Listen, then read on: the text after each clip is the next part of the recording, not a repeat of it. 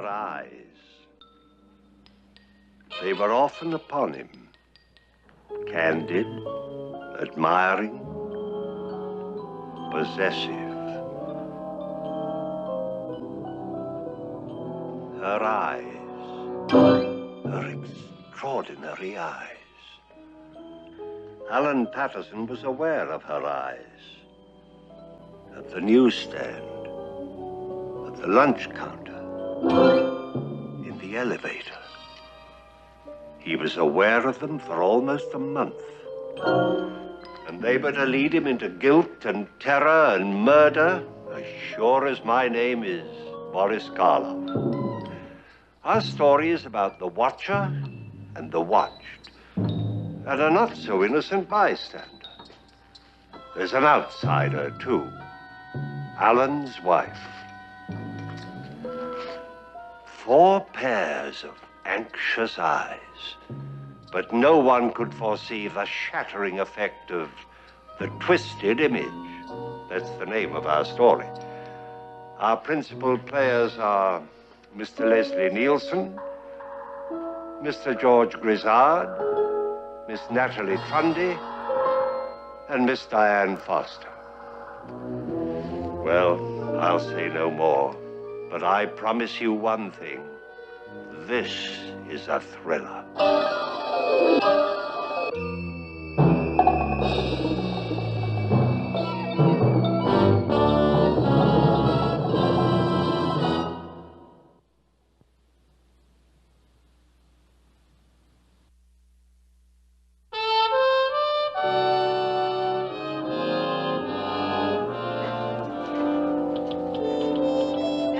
Patterson. Good morning, Mary. Merle, I'd like to speak with you. Yes, ma'am. Merle, this is not your entrance. You're to use the staff door down the hall, the same as everyone else. I always forget. I'm sorry. Apparently, you also forget you're due in at 9 o'clock, not 9:20. You may think you're an executive, Merle. You're not. I'm sorry. There was a tie-up on the subway this morning. Well, no one can say you don't have a variety of excuses. Mr. Burkett will be in at 9:30, Mr. Nicholson at 10, and you have a board meeting at 11. Well, I'll start with this first. Alan? Hello, Marge. Well, what's the matter? I just had a run-in with one of the boys in the mailroom, Merle Jenkins. Oh, what's the trouble? He is never on time. And ever since he's been here, little things have been missing. What sort of things? Stamps, for instance. Pens, small change. Any proof? No, nothing concrete. Well, I don't like to fire anyone just on suspicion. Why don't we give him another week or so and see what happens, huh? Here's stamps. What's he look like? Oh, Alan, for heaven's sake, he's in and out of your office 4 times a day with the mail. Young, with blonde hair.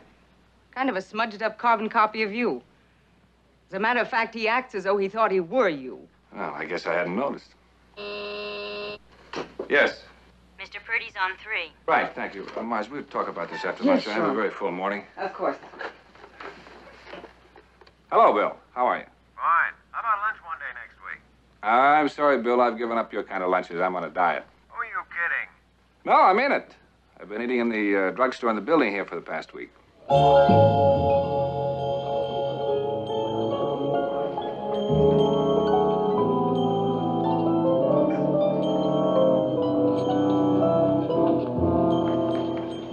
May I share your table?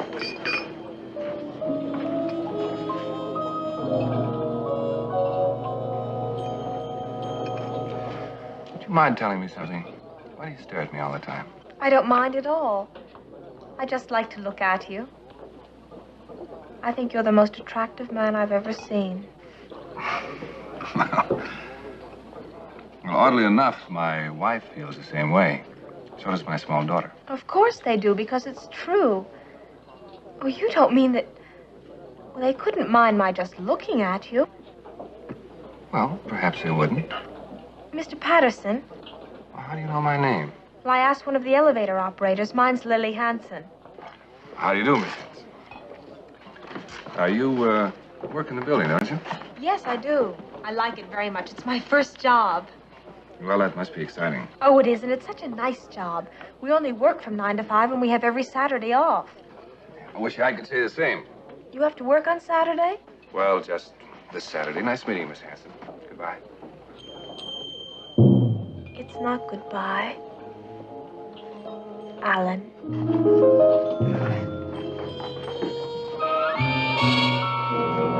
And I'll wait to hear from you before making any decision. Cordially yours, etc. You want this one to go airmail special, too?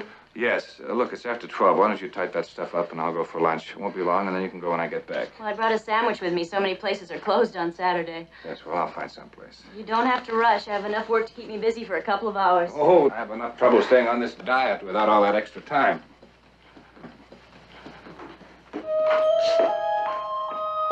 Hello, I thought I'd come and keep you company for lunch. You thought you'd... Mr. Patterson, I just remembered. Oh, I'm sorry. Oh, that's all right, Miss Redley. I was just going to say that Pierre's is open on Saturday. Thank you. Oh, yes, Pierre sounds lovely.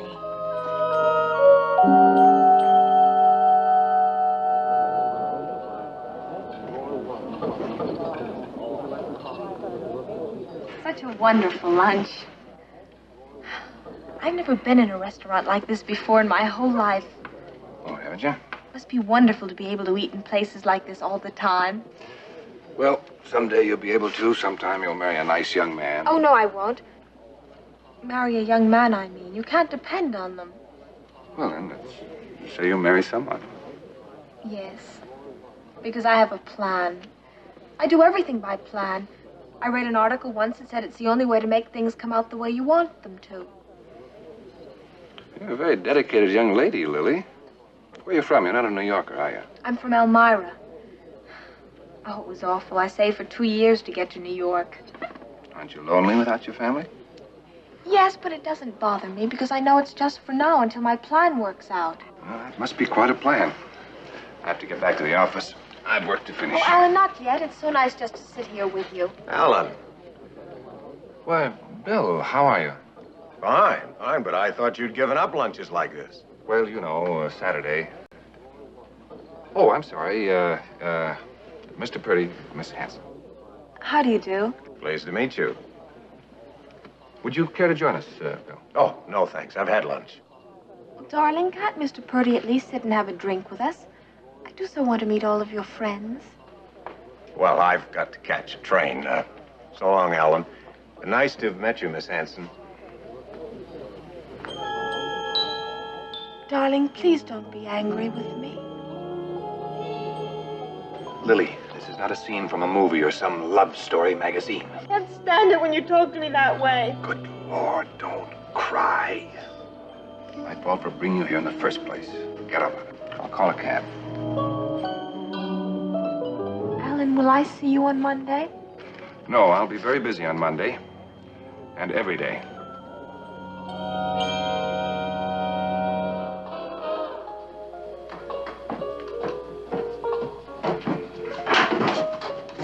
Hi, handsome.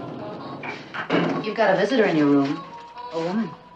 What? I saw the landlady let her in. She said she was your sister. My sister. Well, that's what she said.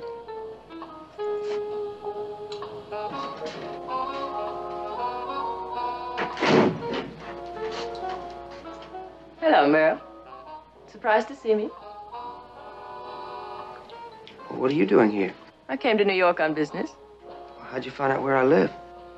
I called your office.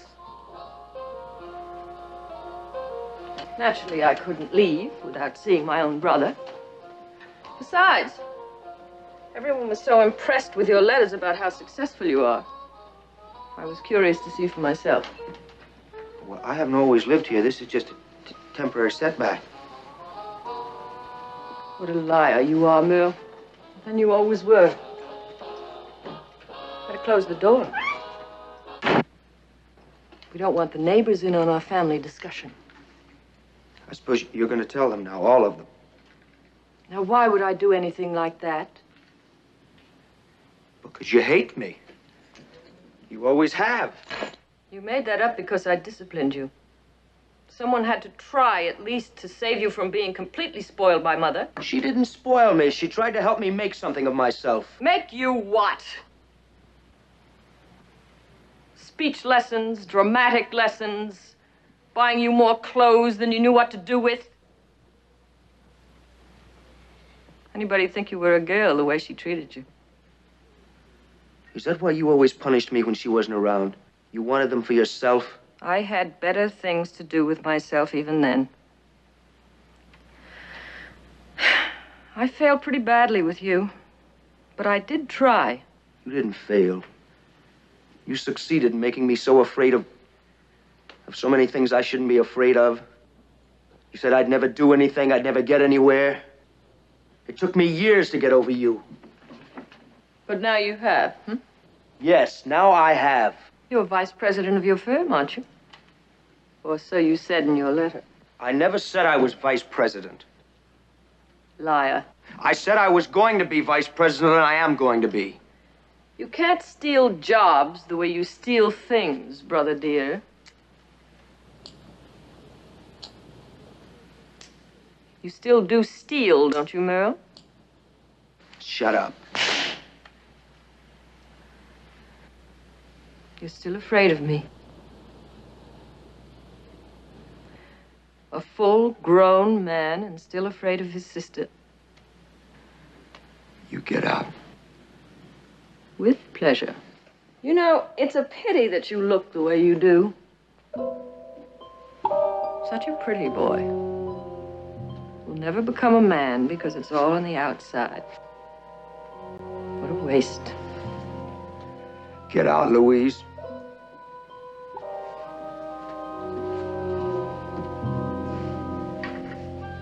Any messages for the folks back home? No? Well, then, I'll just fill them in on your activities.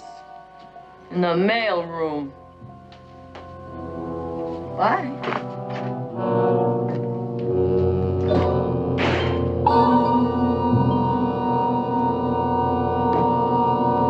What's the matter with you tonight? Well, nothing.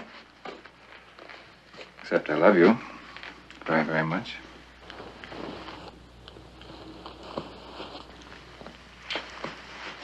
The call came for you just before you got home. Miss Hanson. Hanson? Mm-hmm. You don't look very pleased. No, it's all pretty silly, but I suppose I should tell you about it. If you like. Actually, it's very little to tell. She's a crazy kid, works down in our building. She's not in your office. No, but she eats at the same drugstore, and yesterday she sat down at my table, so I talked to her. There must be more to it than that, or you wouldn't be so embarrassed. Yes, well, there is a little more. Today she showed up. Drugstore was closed, so, well, I took her to Pierre's. Now, don't ask me why, because I don't know. It just seemed like the simplest thing to do at the time. And now you're scared to death. No, it's just a little annoying, that's all. And a little bit flattering. However, I think you'd better make the situation quite clear to her on Monday before you get in over your head. Yes, I suppose I have to. Better hurry or we'll be late. Right. You think because somebody's young, they're not lonely.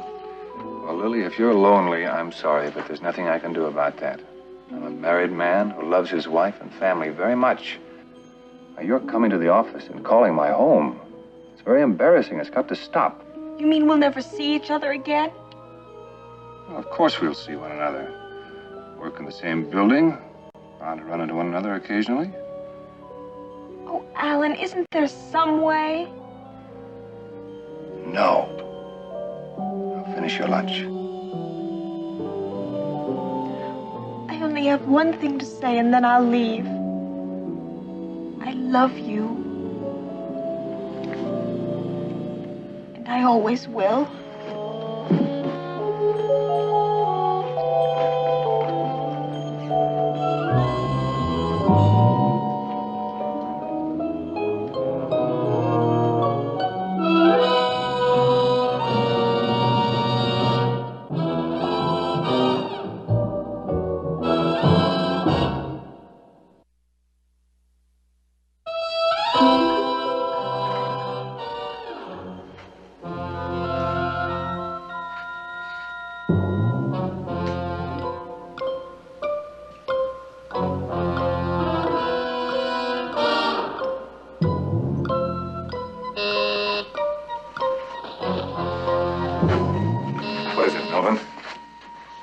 Telegram, Miss Patterson. Yes. Miss Hanson is on one. I don't want to talk to her. Get rid of her. And come in here for a minute, will you?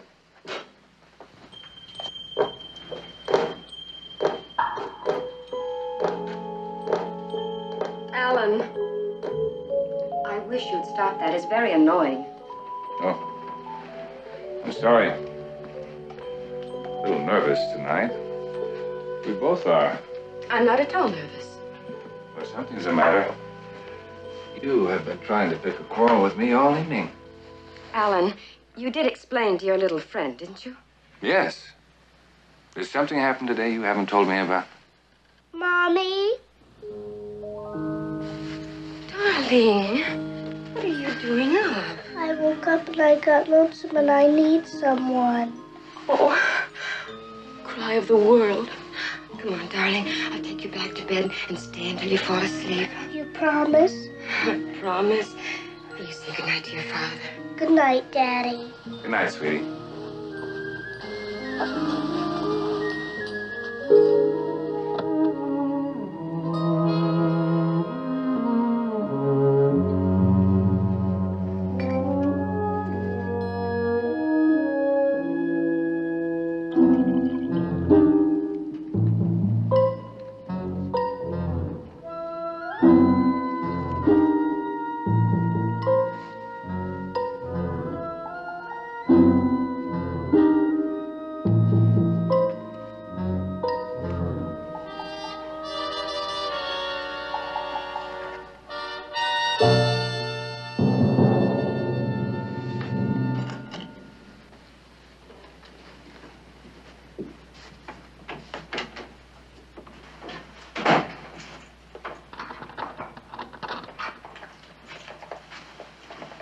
Hi.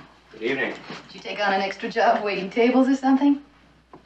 That's not funny. Well, I just wanted to know what you're all dressed up like that for. I'm all dressed up like this, as you put it, so I can go somewhere I can breathe. Somewhere I belong.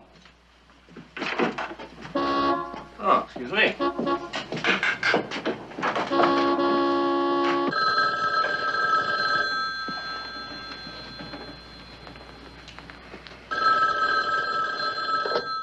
Hello. It's me, Lily. I'm calling from outside, but I'm going right home. You must come. Wrong number. Oh.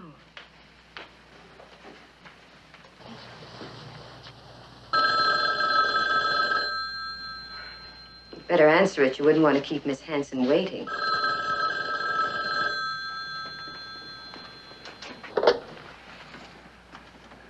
Hello? Alan, don't hang up on me. I must see you tonight.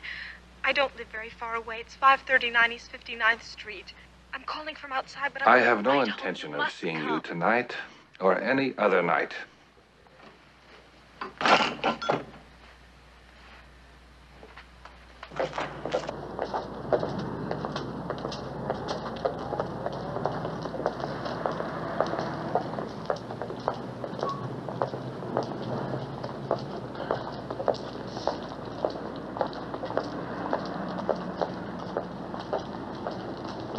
Miss Hanson? Miss Hanson? It is Miss Hanson, isn't it? Who are you? I'm Merle Jenkins. We work in the same building, remember?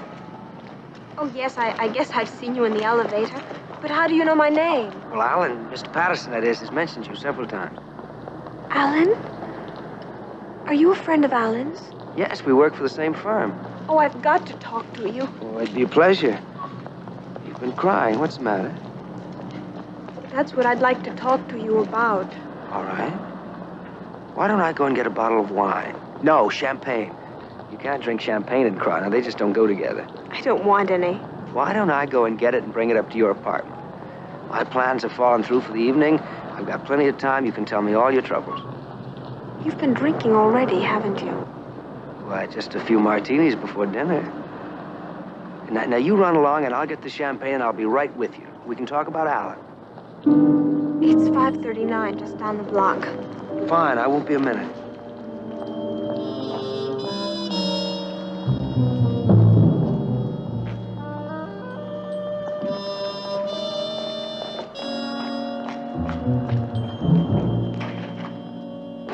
Good evening, sir. Can I help you? Yes, I'd like a bottle of champagne, please. All right, sir. Imported or domestic? Well, how do they run? Well, the imported run you 8.5 up. The domestic, $4. Oh. Well, come to think of it, it's foolish to get champagne. The girl I'm taking it to's got no palate at all. Just run you $1.50. Well, I wish you'd say something. Still telephoning, so obviously you didn't make your position very clear today. Judy, I have told you there's no such thing as making anything clear to this girl. Yes, you told me. But one lunch, even two, doesn't give any woman a claim to a man if that's all there is to it. Yes, well, I thought we'd get to that. How could we not? If I give you my solemn word that what I told you is the absolute truth, will you believe me? Well, then I want to. You don't know how desperately I want to. But you can't. Well, you did last night. So something has happened today to change your mind. Something besides those telephone calls. Alan, I have been thinking about it all day. Asking myself what would happen if it were true. If you were having an affair with her. How much would I care? Well, did you come up with any answers, or you're still trying to make up your mind? The answer is I would care very much. I know now I couldn't bear it. If you have been thinking about this all day, then something has happened. Now, what is it? I think you're lying to me.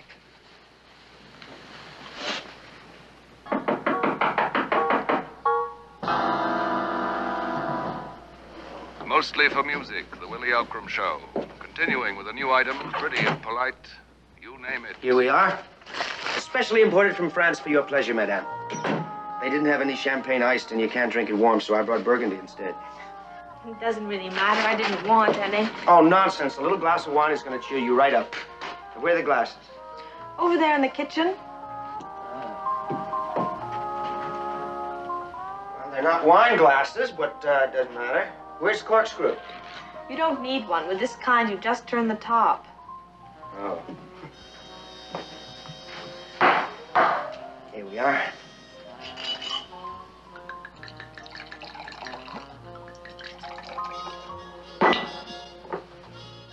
Skull.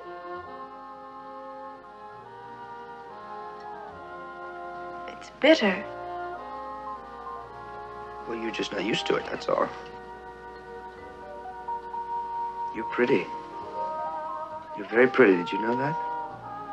Not tonight. I look terrible. No, you've just been crying, that's all. Now, look, why don't you tell me all about it? What's the problem? Did you and Alan have a little misunderstanding? Yes, but that's all it was. If I could only talk to him, I know we could straighten it out. Yeah, I'm sure you could. You're his girlfriend, aren't you? Yes, I am.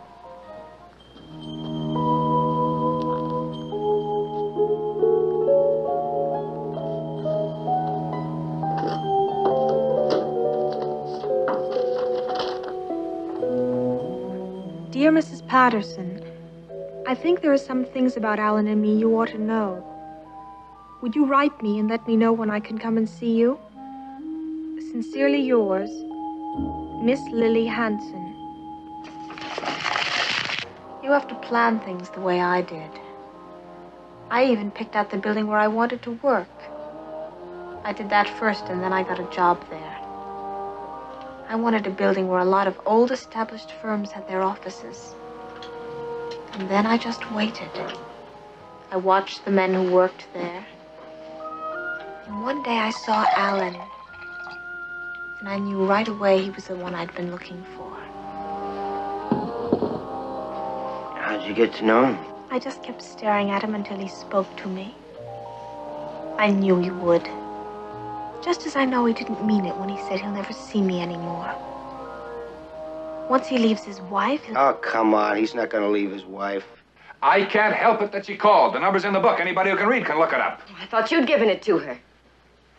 I don't know what to say to you.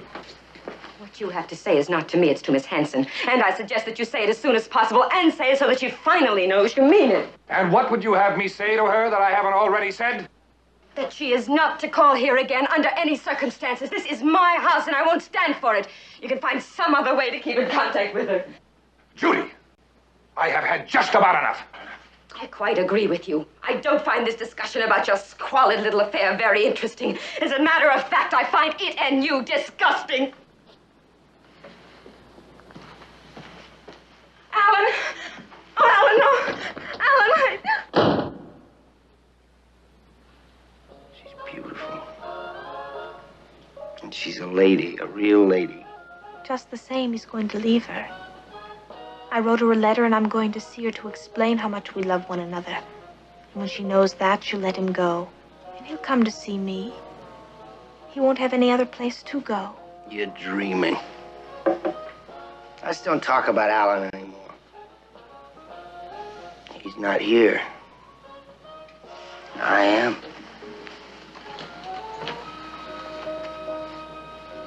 I'm in love with Alan.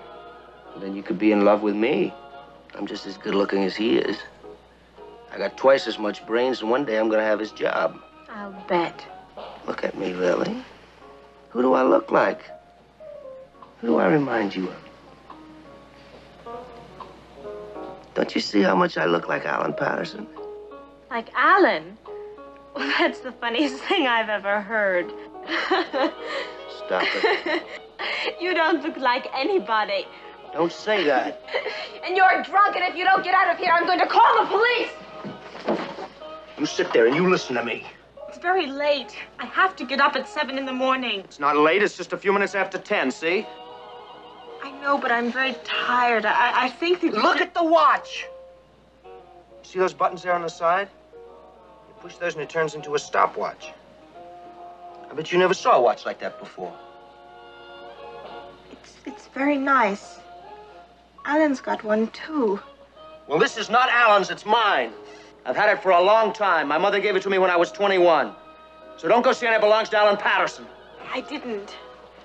Why should I say a thing like that? Please go home now. I have to go to work in the morning. Not if you don't want to. Alan's got plenty of money. He ought to get you a real nice apartment somewhere and give you money so you wouldn't have to work. That's what I'd do if I was him. If I was him, I'd have a wonderful apartment on the river. And a wife like her. A real lady. And I'd be where I belong. Where you going?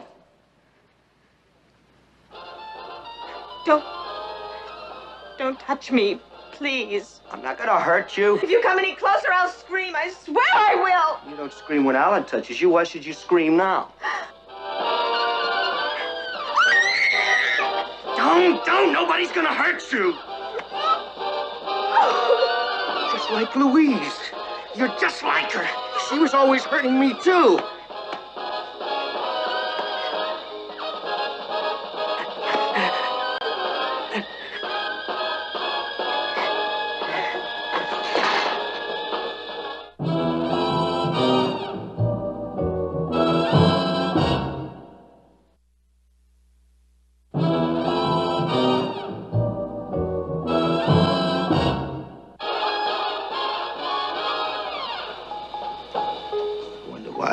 You were pretty.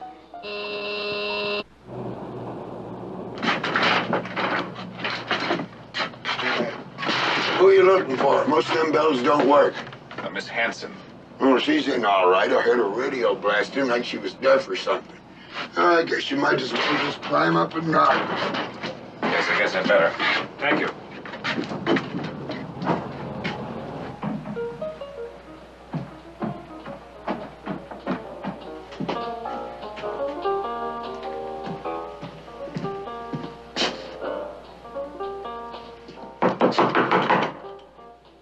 Miss Hanson?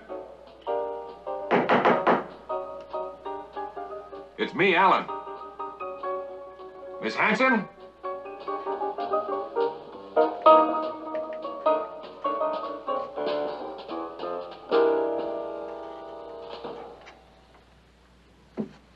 Encore for Oliver.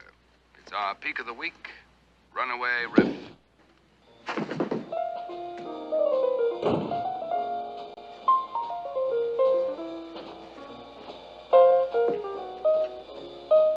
You're not so high and mighty now, are you?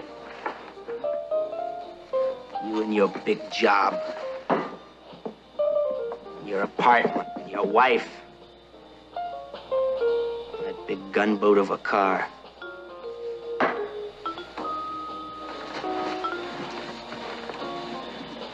Things have changed, haven't they? You don't look so grand now. Not any better than she does.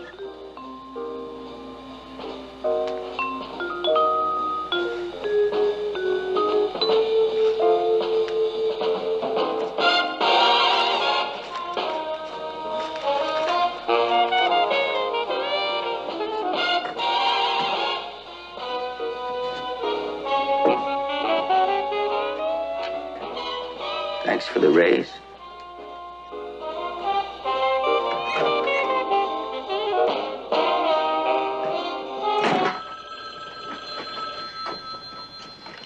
Hello? No, you have the wrong number.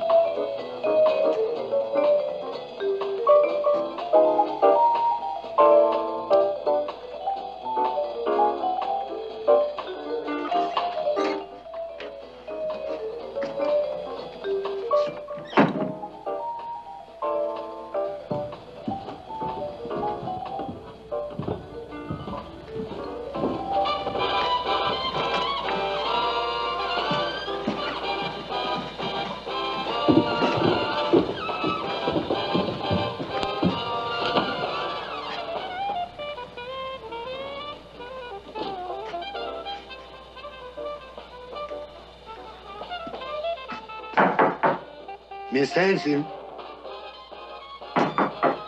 Miss Hanson, are you all right?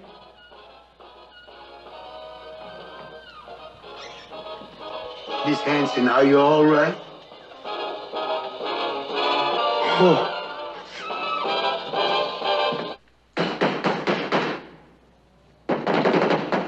Take it easy. I'm coming. Oh, another bottle? I'd like a bottle of your best champagne, please. That's $15. That's quite all right. Just as you say. That'll be $15.45, please. Keep the change. I told you I'm playing poker and I'm playing Hello, poker. Marge. Thank God I got you at home. Listen, do you by any chance know where this Merle You're Jenkins dealing me a lives? hand right now. Well, where downtown? Yes, I was afraid you wouldn't know exactly. lay Well, off. it's that far down, I'll have to get the car. You know I wouldn't kid you. Yes, there's trouble. Got to find him. I just I'll have got to up go to from the office to table. get his address. No, Marge. Listen, I can't explain now. Just stand by. Well, I may need you. So long. I'll talk to you later.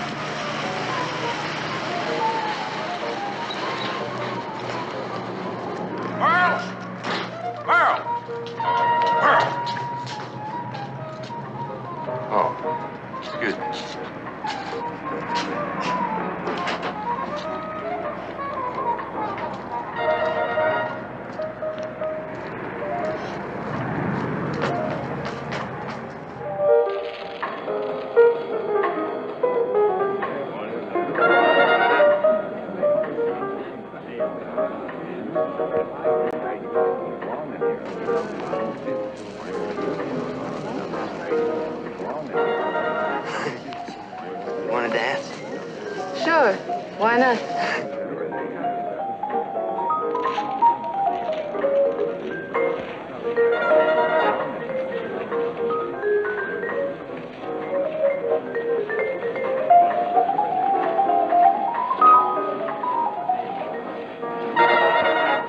You know something?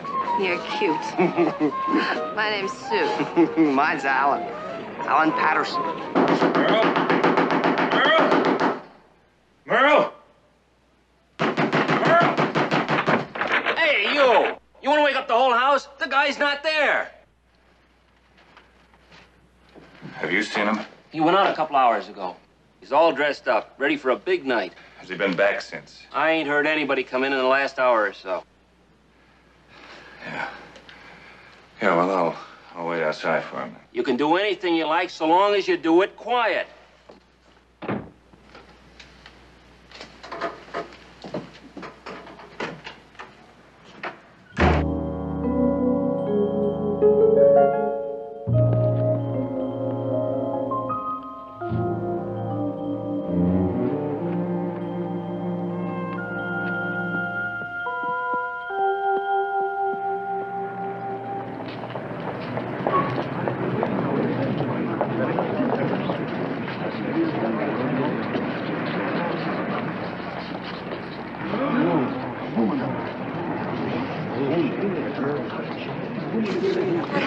Girl was killed. She was murdered. I saw the guy that killed her. So did I. Went right by me. He was a tall guy with blonde hair wearing one of them tuxedos. No, he wasn't wearing no tuxedo. He was tall, he had blonde hair, and he had a little scar on his cheek like a bullet nicked him or something. But he was wearing a regular suit. What's the matter? Are you all right? Oh, I'm fine, thank you. Did you know her? No. It's just such an awful thing, that's all.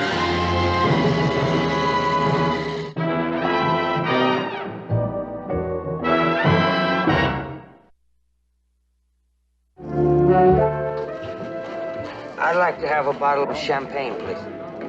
Beer or nothing, buddy. That's all we sell. If that's all you sell, not much I can do about it, is there? Not a thing.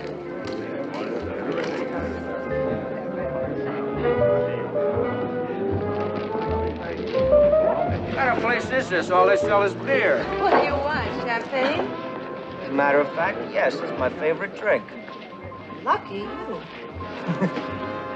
Yes, I suppose I have been lucky. I've gone pretty far for somebody my age. That's nice. Listen, why don't we get out of here and go somewhere we can get something fit to drink? It's against the rules. I work here. That is, I'm a hostess. You're too beautiful to work in a place like this. You ought to have a lovely apartment uptown. Somebody to take care of you properly. Who'd you have in mind? You? Why not? I can afford it. I'm vice president of my firm now. The man who used to be. A man named Merle Jenkins got into some rather nasty trouble with the girl, and he lost his job, and I got it. You know what I think? I think you're a big phony. Don't say that. Why not? You bought me 2 beers. No privileges go with them, Buster. I can spot a phony a mile away, let alone sitting across the table from one. You little tramp. Bert! Come on! Come on! Hello? Judy. Alan, where are you? I've been worried sick. No, I'm all right. There's nothing to worry about. I'll be home soon. Alan, I know all about it. I went there. Where? To that girl's apartment. The police were there, and a man described you. They think you killed her.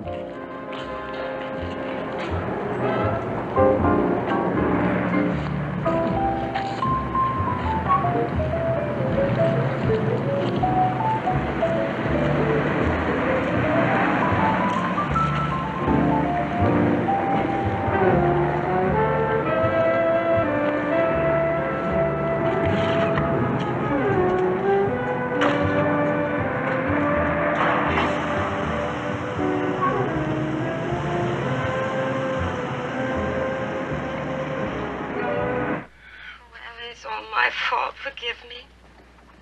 Now, there's nothing to forgive, dear. I know who did it. Merle Jenkins. He's a mail clerk at our office. I'm waiting for him now. Why can't you call the police? Judy, you don't understand. I can't go into details now. Just take it easy. I'll call you back as soon as I can.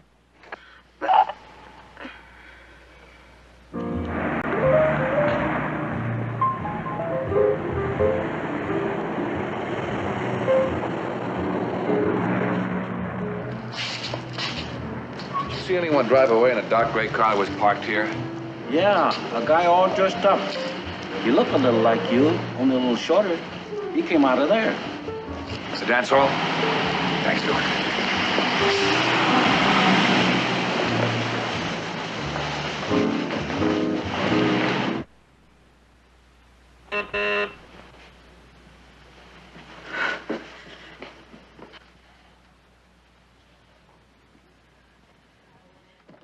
Alan, Hello, darling.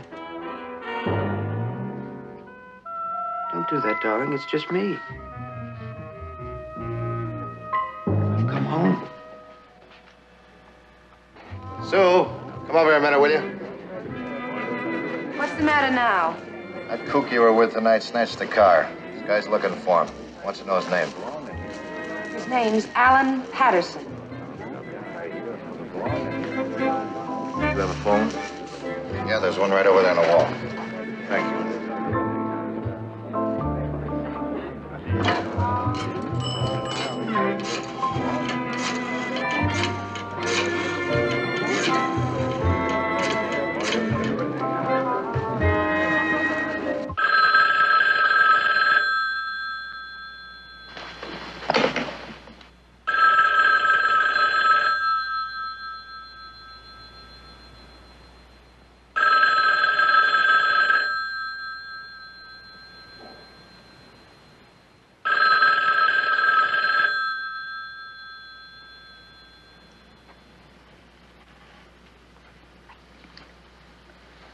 Don't be afraid, Judy. I'm not going to hurt you.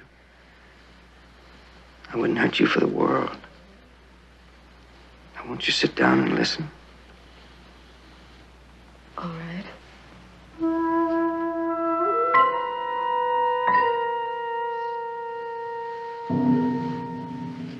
I'm listening. What do you want? What do I want? A man comes home, he expects... He has a right. To what? A right to what? Why do you say you've come home? Because this is my home. Don't go away. I'm not going away. I just think that we should talk this over, and why don't you sit there and I'll make you a drink. Yes, a drink. That's what I need. What would you like? Scotch? Anything you say, darling. I need some ice. I'll be right back.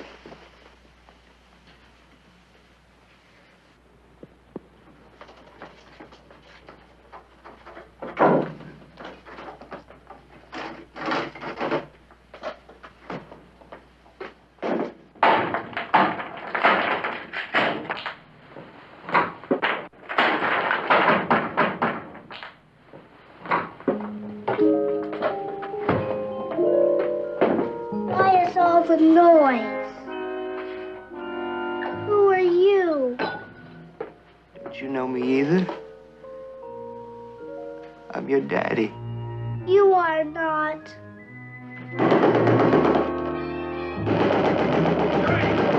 Letitia!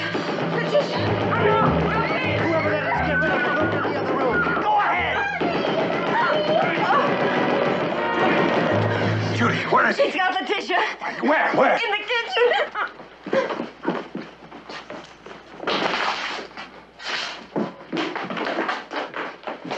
He's gone down in the service elevator. Call the police. I'll use the stairs. Oh, Alan. Hurry, hurry.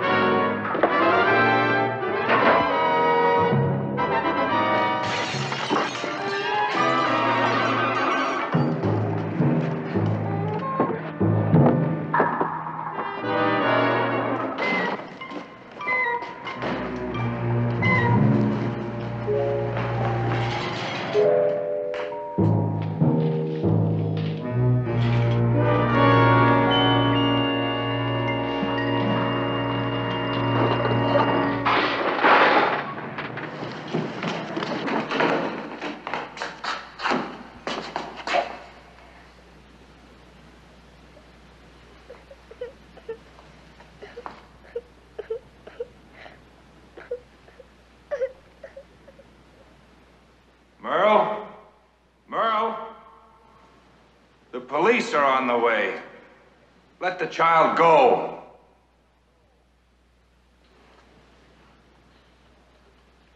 Merle. Merle, the only way out of here is the way you came in. Now, the police will have that blocked any minute. I won't stop you, Merle. Just leave the child and go. Merle.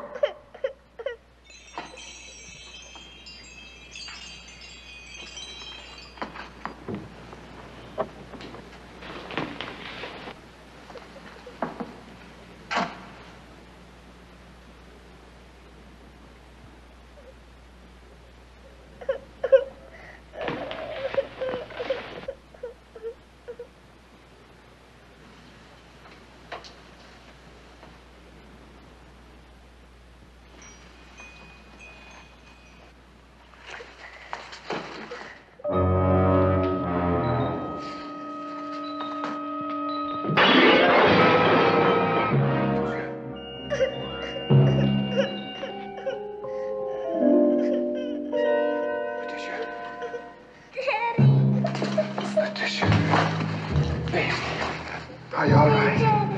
Are you all right there?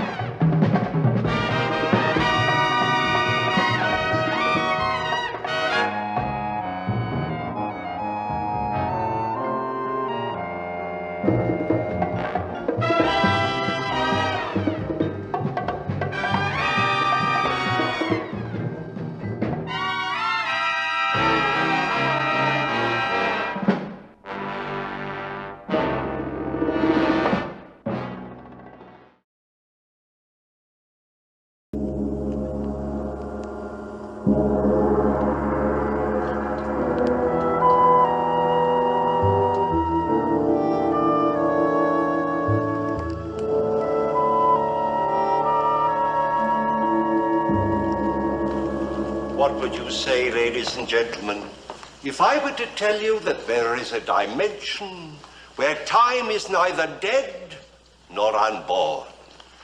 A psychic plane where each moment lives for the eternal now.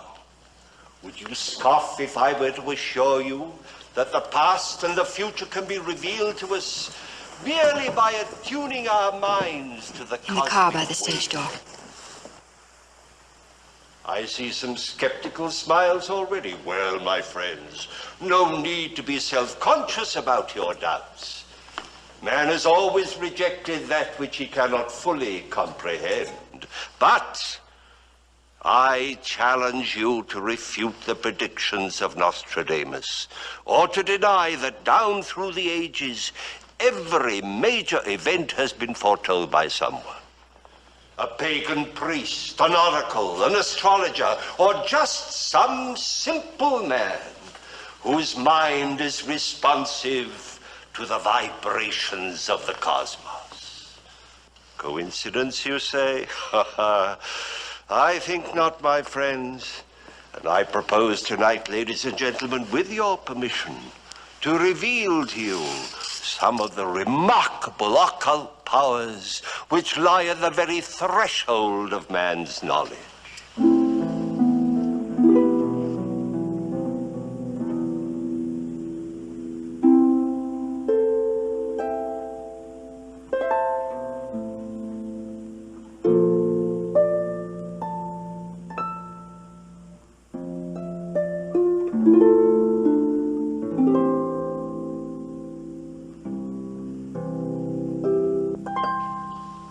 occult powers.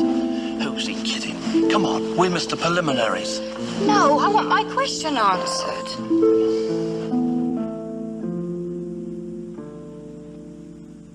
A young woman in the audience wishes to know if her engagement ring is genuine. Well, let me put it this way, madam. Your diamond is as genuine as your fiancé's offer of marriage. He ain't got to make a four-flusher out of me. Hey, you up there.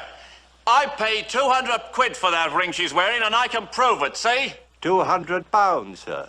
Well, in that case, your marriage to the young lady should be 200 times prospered. That is, if your arithmetic is correct. All right, smart Alec. If you're so clever, look into your crystal ball and tell us who's going to win the main event at the Boxing Palace tonight.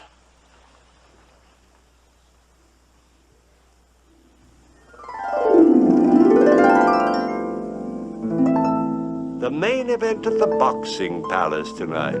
Ah, sir, there you have me.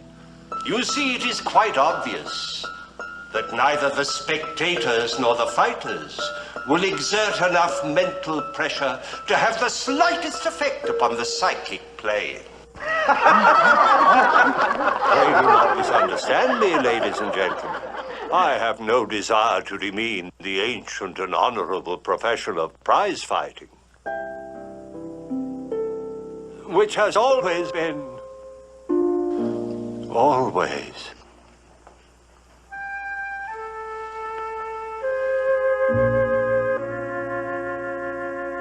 death. I see death. Someone will die in that fight. Stop the fight! Stop it! Stop it! Stop it! Stop the fight!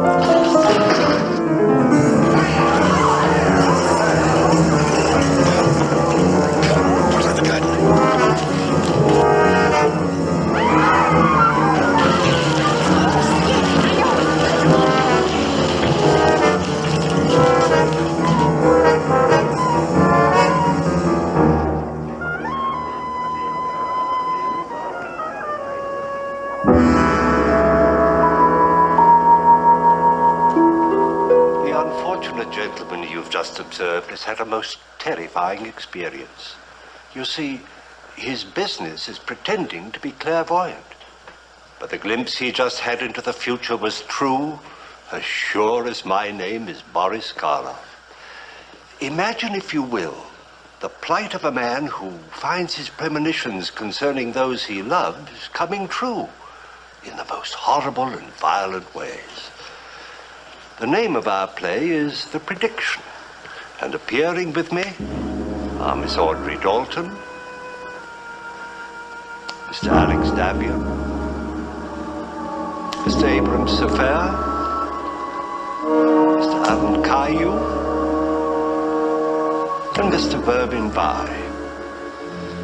Let me assure you, my friends, this is a thriller.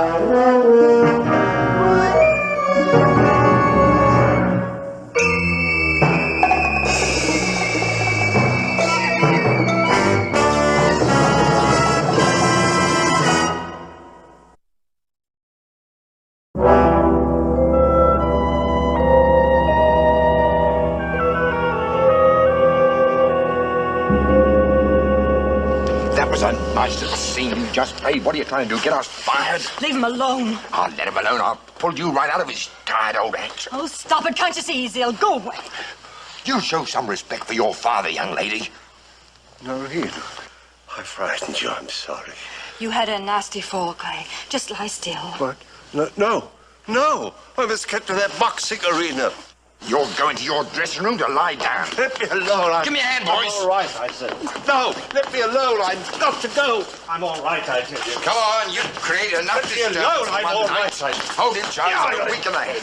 Burton, don't be a fool. I saw a man being killed. I saw it happen. Yeah, we all saw it. Terrible, wasn't it? Burton, I'm not out of my head. That boxer, his name is Tommy Timms, will die in the ring unless I stop that fight. Come on, we'll talk it over in your dressing room. Phone for a doctor.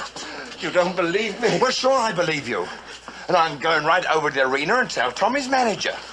You know his manager? He ought to. He's lost enough money back in Gunnar Gogan's tired fighters. Burton, go to him and say to him that... No, I'll go. No. We'll both go after you've had a little rest. No, that boy will die in the ring unless I stop that fight. Dad, I think Clay really means it. All right. All right. I'll go over and tell Tommy's manager. Don't fail me, Burton. Look, go to your dressing room and lie down and leave everything to me, right? Right.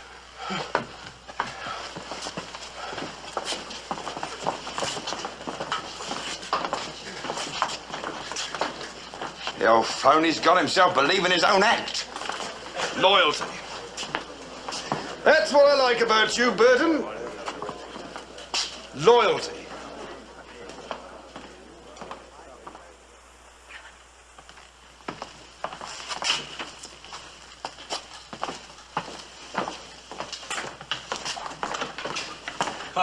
It never fails.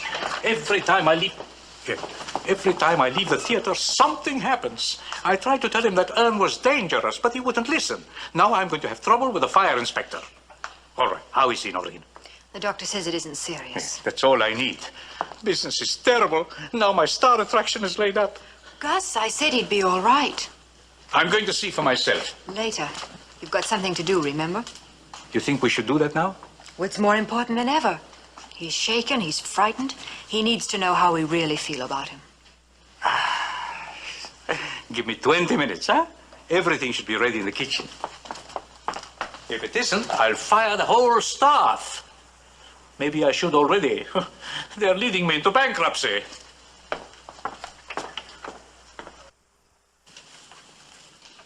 Feeling better? Did your father go to the boxing arena? Yes. How do you feel? Oh, I'm all right, I think.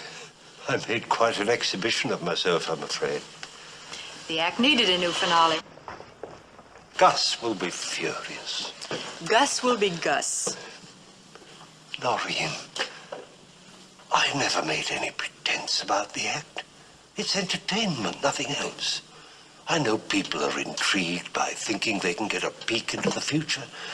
But deep down in their hearts, they know it's just a harmless sham. Just like this beard that I wear in the act.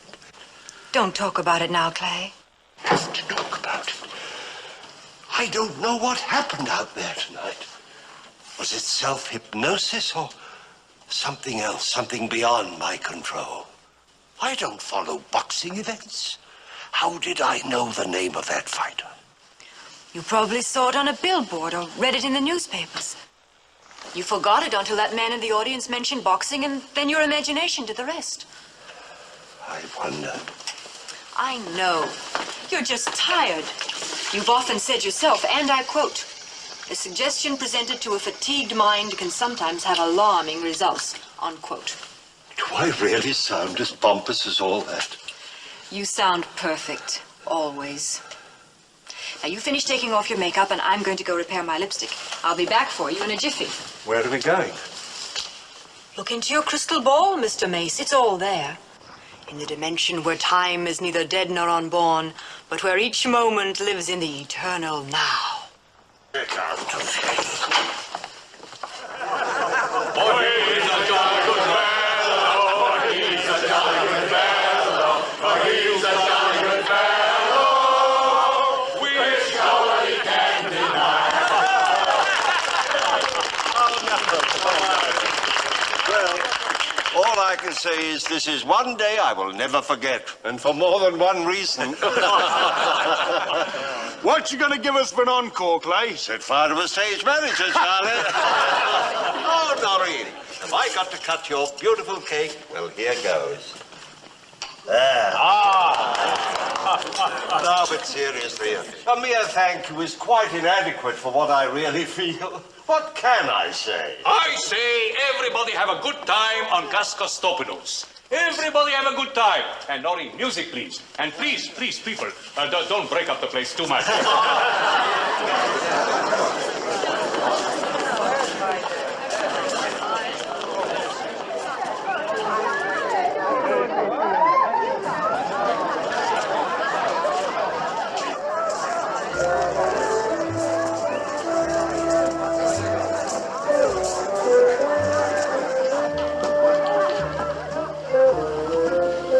Thanks, lady. It's all right, it's all right. It's all right, your father isn't around. I made sure before I crashed the party. You mustn't stay. He just went to the boxing arena. He'll be back any minute. Good.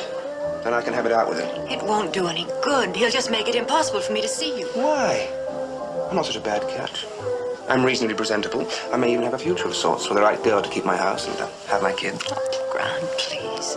Noreen, I'm tired of having to dodge your father. I want to marry you. And I want to say yes, but... I know. If you ever got the courage to lead a life of your own, your father would have to find another meal ticket. Don't ever say that again. It's true, and you know it. You'd better leave.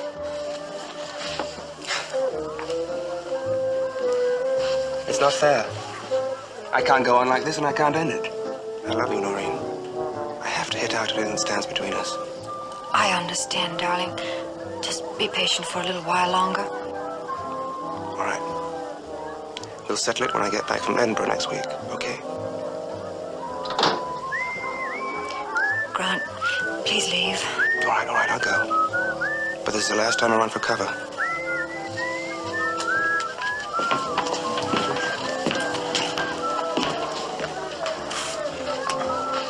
Who's that? Just someone who asked me to dance.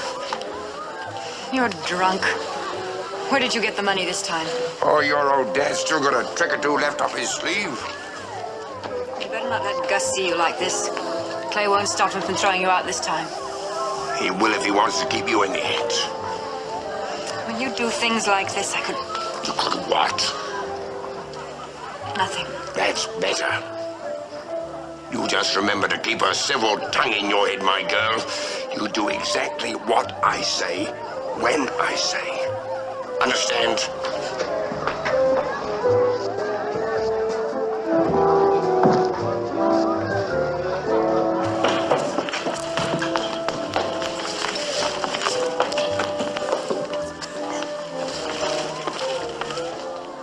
Noreen, you're crying. What happened? Did your father say something to hurt you? It doesn't matter. He didn't mean to. Oh, he never means to, but he always does. Well, it's got to stop. Oh, please, Clay, don't start anything. He's drunk. Drunk? I wonder where he weaseled the money from this time. Well, I'm through protecting him, Noreen. Finished. There's been enough trouble, Clay. I couldn't take any more. Clay, you better come out front. You go to your room, dear. There he is, the old geezer. He's the one who said it. He says that you predicted me boy Tommy would get killed tonight. Are you his manager? I was. I'm sorry. You should have heeded my warning. You never warned us. You never intended to. Only boy is dead, and I've come to see what kind of a man would turn a profit on a thing so terrible. Profit? I don't know what you're talking about. Don't try to deny it. I do deny it. Why, you filthy devil, do you think I wouldn't know it? It's all over the streets. Everybody knows it. And you sent your flunky out to bet money on me boy's death. Look at him. The truth's like dirt on his face. Oh, there must be some mistake. Liar! Filthy liar!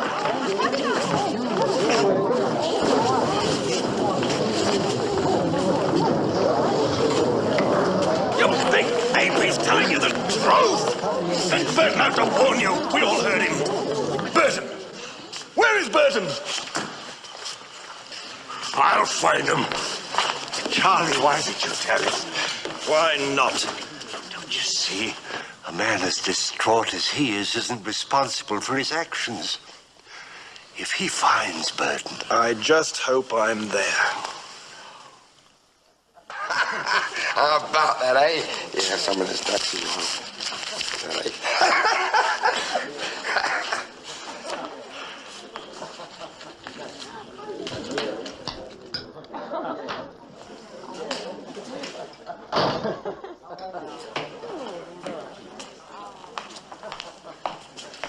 Burton, I want to talk to you. All right, talk then. Alone, if you don't mind. This lady can hear anything you've got to say, Mace. If you please, this is private. Sure, Ducky. I don't mind. You stay right here with me. Bertie, dear. You wouldn't stop a girl from powdering her nose, would you? But let go my arm like a good chap, eh? Well, all right, honey. Come right back, see? I never could resist a masterful man. Why did you do it?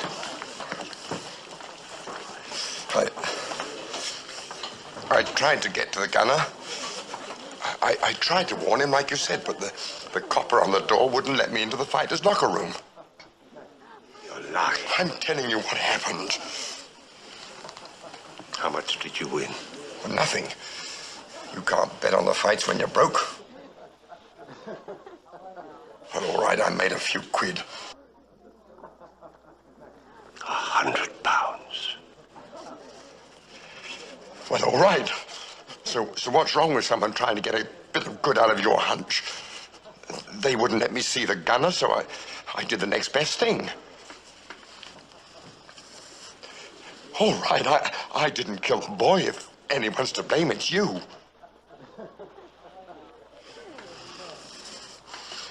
Well, all right, you think what you ruddy well like. But I'm warning you, if you tell my daughter, if you don't stop trying to undermine me, I'll what? You'll see, Mr. High and Mighty. Come on, let's get out of here.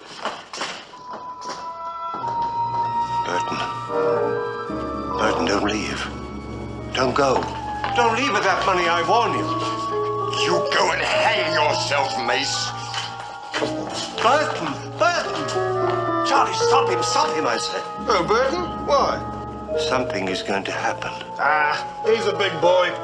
He can take care of himself. We shall see.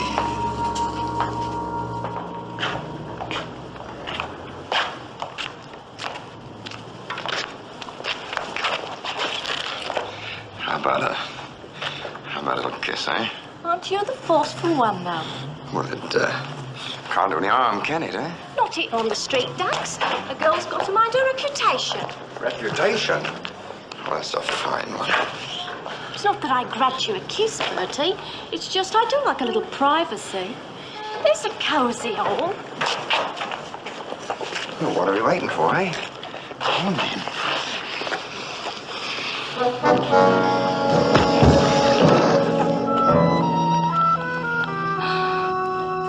Now, Clay, really? It's the gospel truth, I tell you. Just as the trains pulling into the station, one with the hearing aid said, "Isn't this Wembley?" And the other one who'd been dozing said, "No, I think it's Thursday." So the first one said, "Well, so am I. Let's get off the train and have a drink." That's awful. The awful truth. Clay, ever since we got here, you've been trying so hard to amuse me. Why? Do you mean I've been talking too much? Certain sign of old age. Or worry. It's Dad, isn't it? Did Gus notice he'd been drinking tonight?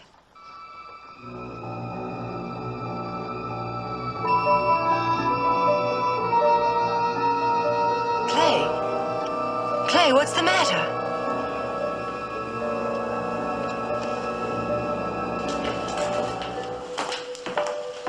Marie, you had better come quickly. Something has happened to your father. Where is he? Up the street.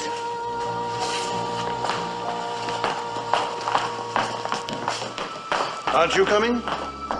There's nothing I can do. I know what's happened. Wait.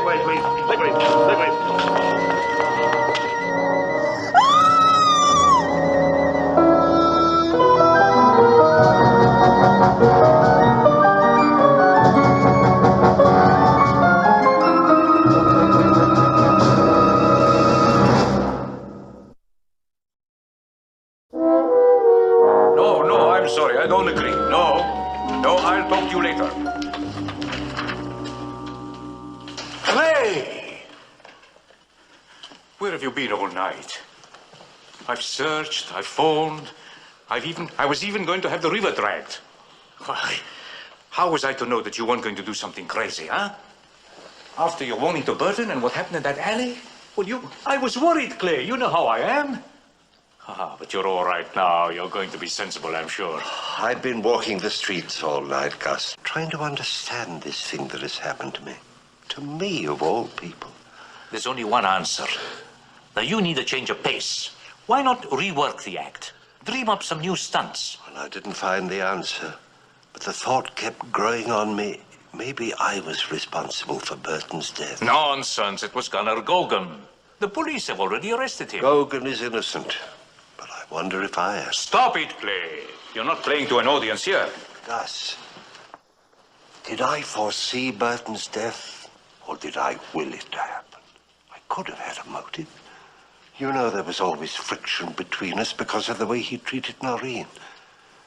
Maybe I wanted him dead. You think you're the only one who hated his guts? That's no kind of logic. I must go to the police. Gogan is innocent. No, that's not clever. The newspapers will get hold of the story. You'll be hounded by every crackpot who wants to peer into his future. Burton was lured into that alley by a woman, Helen Tate.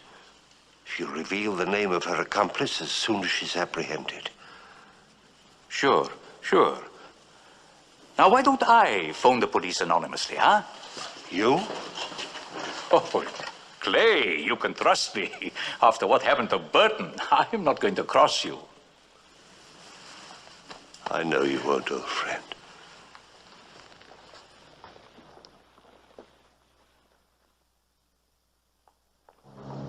Taxi, lady.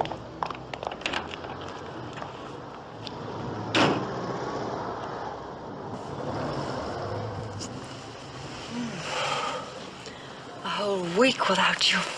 It's been an eternity. First, tell me about your trip. You start at the beginning and don't leave out a thing. Well, the beginning and the end is, I got the job I went after. Grant, that's wonderful. I start at the Edinburgh office next week. Darling, you're coming with me.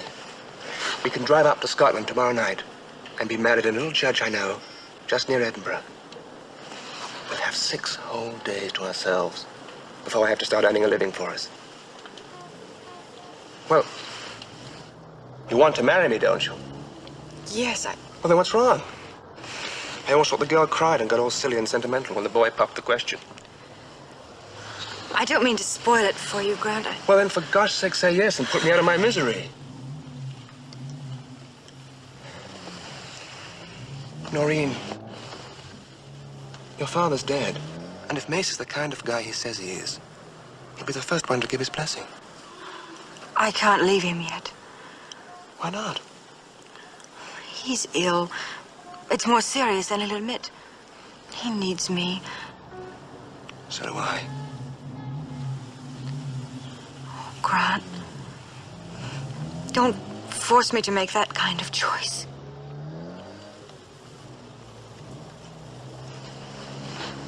Listen, Noreen. If Mace is really sick, he shouldn't be working. He needs a rest, a forced vacation if necessary. He could break in a new partner while he's resting. Noreen, you just can't say no.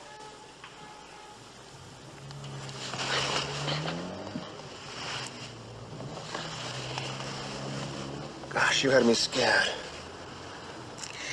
Grant, I'll tell him tonight, after the show. No, that's the only way. I can't just walk out on him. What if he says no? He won't. Trust me. Now, I must go.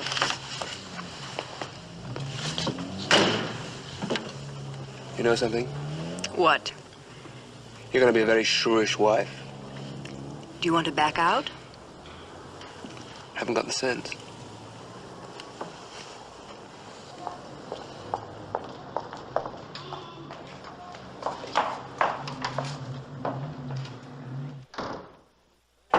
Come in. 15 minutes, Mr. Mace. Thank you. How is he? Gus! Now he's looking through the walls. You'd keep that kind of talk for yourself. Look, he's been spooking up the place ever since Burton got it. Everybody's getting jumpy. You better do something, Gus. Gus! I'll talk to you later. How are you feeling tonight, Clay? Oh, I'm all right, thanks. That's fine. We got a big house tonight. A champagne and caviar crowd. You will put a little extra schmaltz into the act, won't you? Well, I don't mean you should make any predictions. Yeah, well, I must get out front. Gus. Yes? Do you know a man named Harcourt? Harcourt, no. You will. Don't cross the stage to meet him. Sure. I'll remember.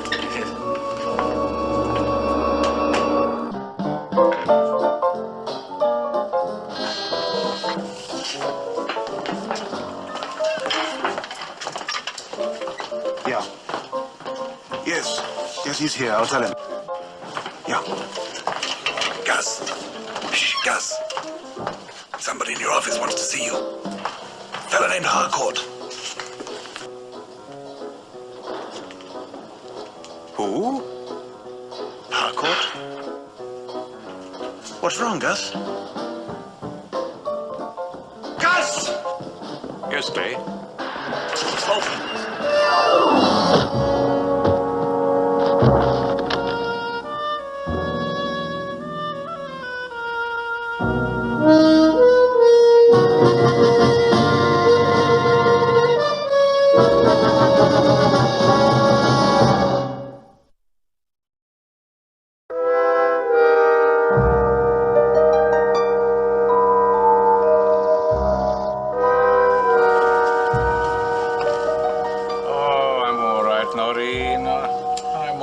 Sure, it's a miracle you weren't killed, Gus. It's a miracle I don't fire the whole lot of the stage crew.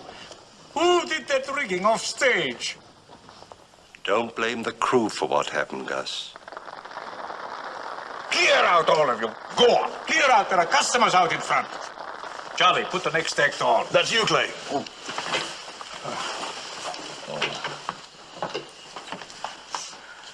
It figured you'd wait until the roof fell in on your head. Now will you get a new headline act? I've already got the best one in the business. Then tell your mentalist to stop spooking the crew. What are you talking about? He's been acting funny the last week. The crew don't like it. Then fire them. Fire the lot of them. They talk like that. What do you want? Mr. Kostopoulos? I'm Harcourt. Harcourt? I've been waiting in your office. I know. I'm from the Criminal Investigation Department, sir. Would you mind answering a few questions? What about? Sometime last week, we received an anonymous phone call regarding Roscoe Burton's murder. The call was traced to this theater. Do either of you have any idea who made it? We have half a dozen telephones in this theater, Mr. Harcourt. Yes. Well, I don't suppose it really matters. This is only a routine inquiry. We've already apprehended the killers. Killers? You mean Gunner Gogan had an accomplice? Mr. Gogan has been released. Our anonymous tipster named this woman. I remember her. She was in the club the night of Clay's anniversary party. Helen Tate. She named an unemployed docker as her accomplice. They took about £100 from Burton's body. You sure you haven't any idea who made that call, Mr. Kostopoulos? I said I didn't. Of course. Well, thank you for your trouble. Goodbye.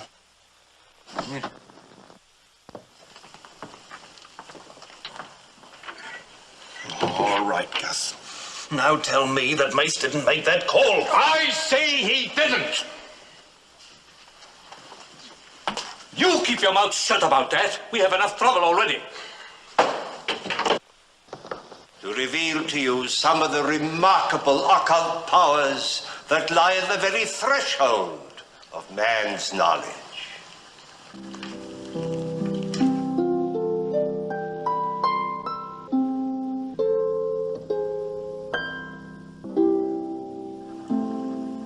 We have a lady inquiring about the whereabouts of her poodle, which has...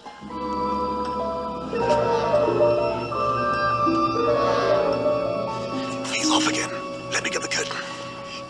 His mind is a little blank. He'll be all right. There is a young man in the audience named Dudley. Grant Dudley.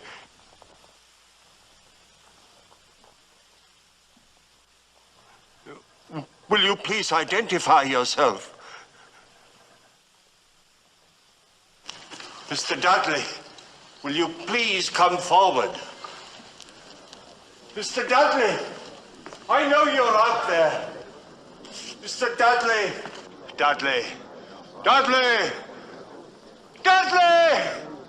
I know you're out there. Mr. Dudley! Dudley! Dudley! Mr. Dudley! Panic on your hands, Gus. Let me get the curtain. Let me get him off. Dudley! All right, get him off. Dudley!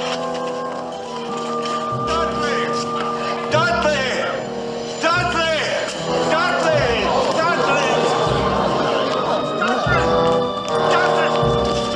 Let go of me! Let go of me! I've got to warn that boy!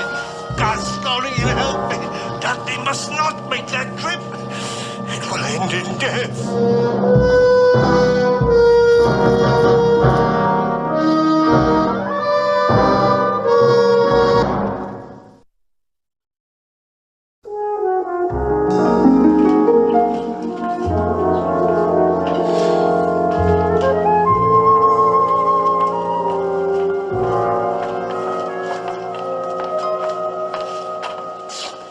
I got your message. How is Mace this morning? Not so good. Gus hired a new headline act. Tonight is our last performance. Oh, I'm sorry. No. No, I'm not sorry. That was a cheap trick he pulled last night. I read the ending in the morning papers. Grant, that wasn't a trick. Don't come off it, Noreen. He's no better than your father was. He'll do anything to stop you from leaving him. Including getting sacked? Publicity never hurt an actor. Grant, I tell you, he saw something. What?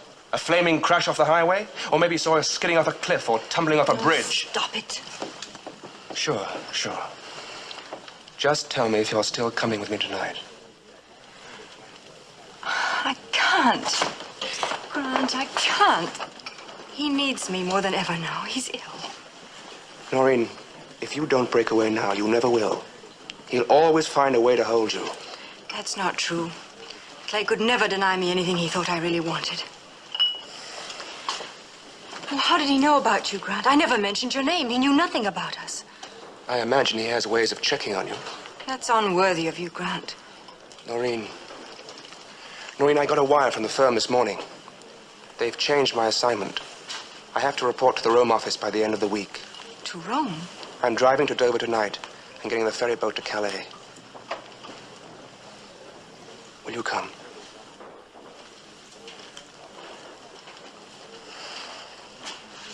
Wait here.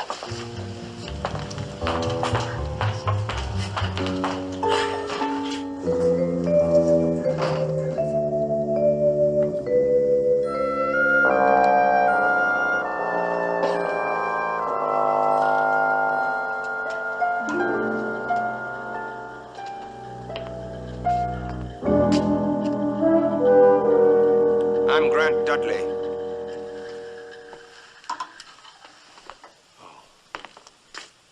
Noreen says you don't know about us. I don't believe it. I want to marry her, and I want you to say it's all right. You love each other? Yes. Then you must marry. You mean she has your blessing? My dear young man, I have no right to withhold my consent to anything Noreen wants to do. Then tell her that prediction you made last night was, shall we say, a mistake. I can't do that. Oh. So that's it. You won't stop her from doing anything she wants. You'll just keep her brainwashed so that you can do her thinking. Well, I'm taking her with me tonight, Mace. Prediction or no prediction. Then you must accept the consequences. I'll accept anything that happens. Just don't try any more of your cheap tricks. Dudley, I promise you I won't try to influence Noreen in any way, but in return, you must promise me something. What? Promise me that you'll turn back immediately if you see a twisted sign. A twisted sign? A signpost with the legend, Edinburgh, 50 miles. You've got a bargain, Mr. Mace. It's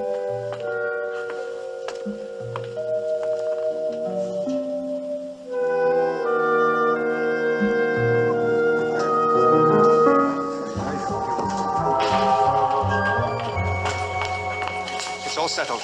He's given his permission. Well, go and ask him if you don't believe me. He asked me if we loved each other. I said yes. So he said we should get married.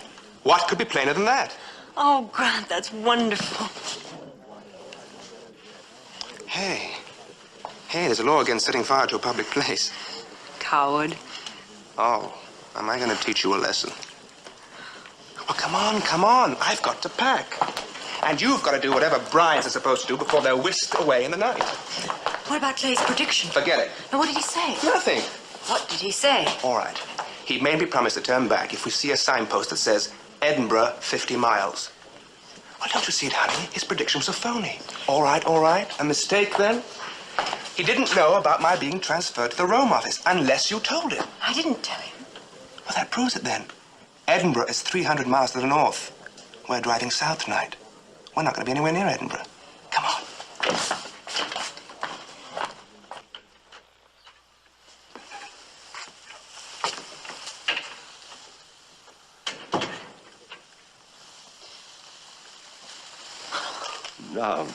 Now. Tears on your wedding day? Oh, Noreen is a fine young man.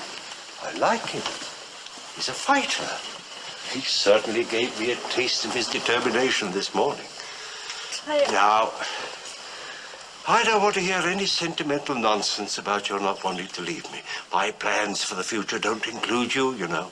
As a matter of fact, I'm delighted to get you off my hands. But, Clay, what will you do? Take a long rest. Learn about a lot of things, perhaps.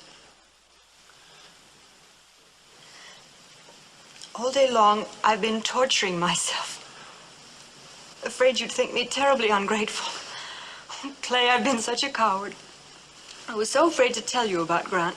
I'm afraid you'd think I loved you less. 5 minutes, Mr. Mace.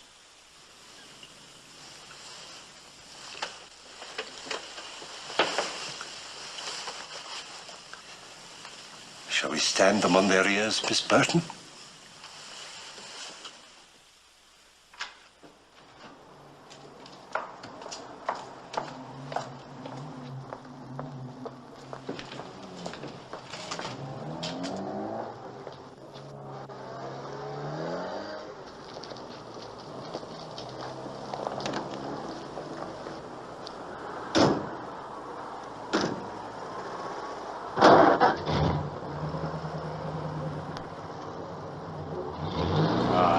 Not right, Clay. We should have had a party for Noreen. Lots of presents and the cake.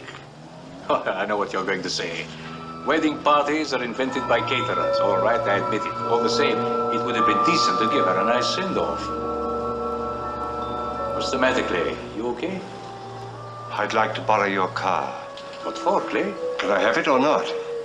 Well, sure. I'll drive you anywhere you want to go. Yes. You're meant to be there. Huh? Where? Get your raincoat. Raincoat? What, there isn't a cloud in the sky? I'll meet you out front. Hurry.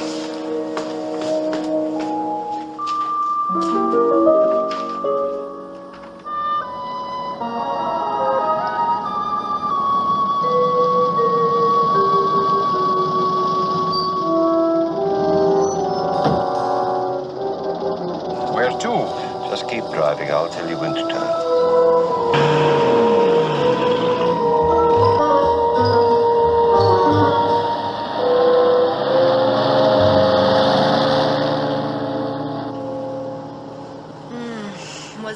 Such a night. Such a wonderful night. What did Mace do to you before you left the theater? Nothing. Why? You're making noises like a lovesick female. I am lovesick. Grant!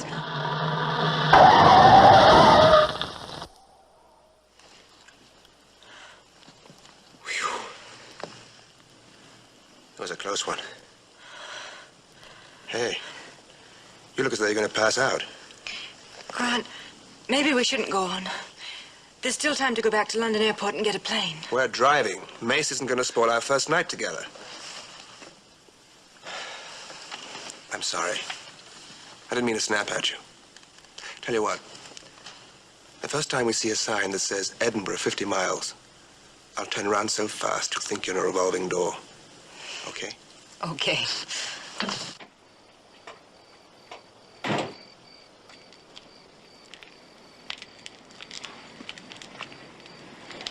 You'd better put a flare out, chum. I almost climbed over you.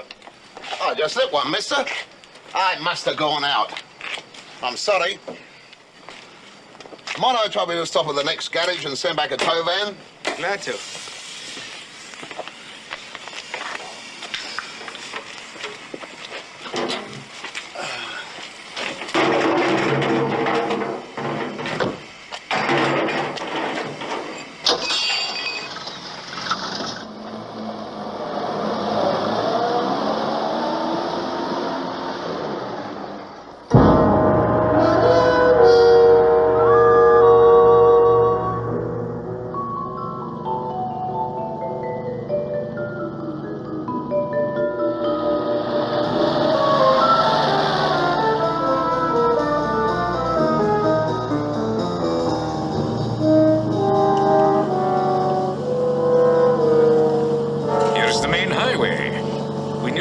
Is getting here.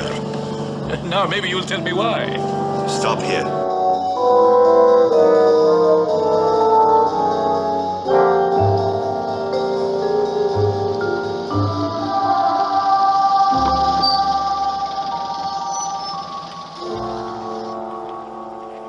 Clay, what are you going to do? Wait in the car, Gus.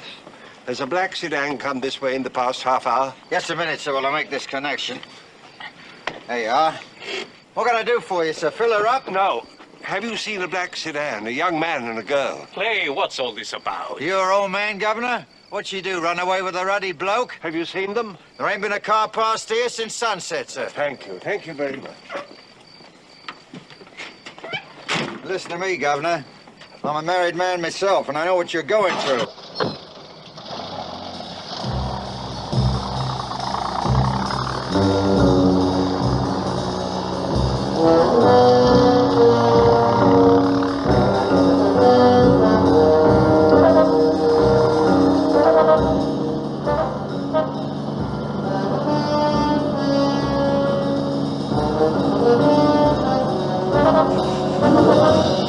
Slow down.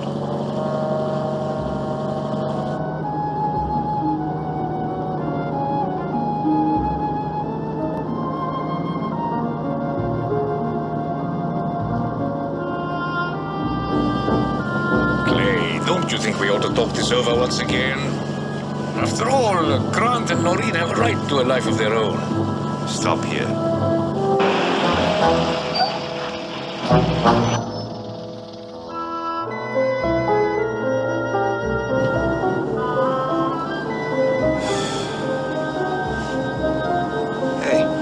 My watch has stopped. What time is it? 11:45. 11:45. You've got to step on it. Grant, we can catch a later ferry boat. We're catching the midnight ferry. But you promised that truck driver you'd stop at the next garage. We'll do our good deed and catch that boat.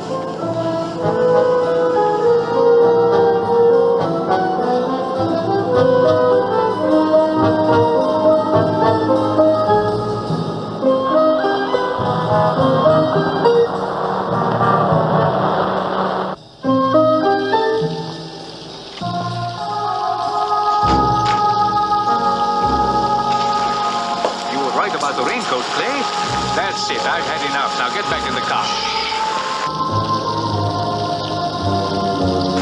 I'm going to take you back. You need a doctor. Wait here.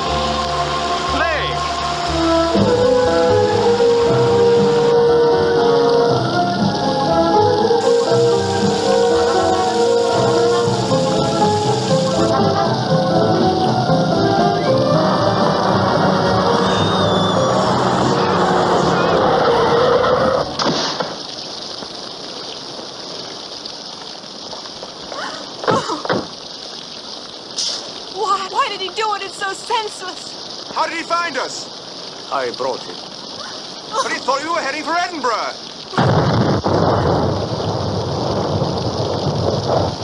The petrol station. We were going to stop there. That's probably what he saw. I should have listened to him. He was right. He had to die to convince me. No. You could not have changed anything. He saw the future. And he was resigned to it. We were all fated to do what we did. Mace could not change what was going to happen. And he accepted the inevitable. I'm sure he was glad that his death was the means of saving your lives.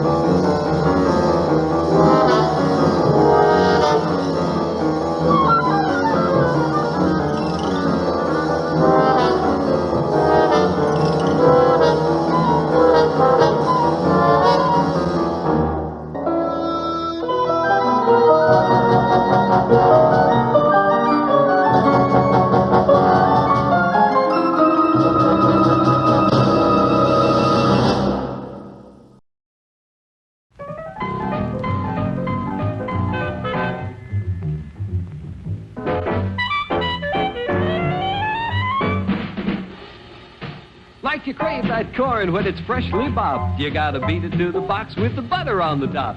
Get with it, man, start strolling down to the sweets that set you rolling, the best in town. Our candy's real gone, if I'm understood. To all you squares, that means the confection is positively delicious. Cork that stuff, give me 5, let me send you into this nutty jive.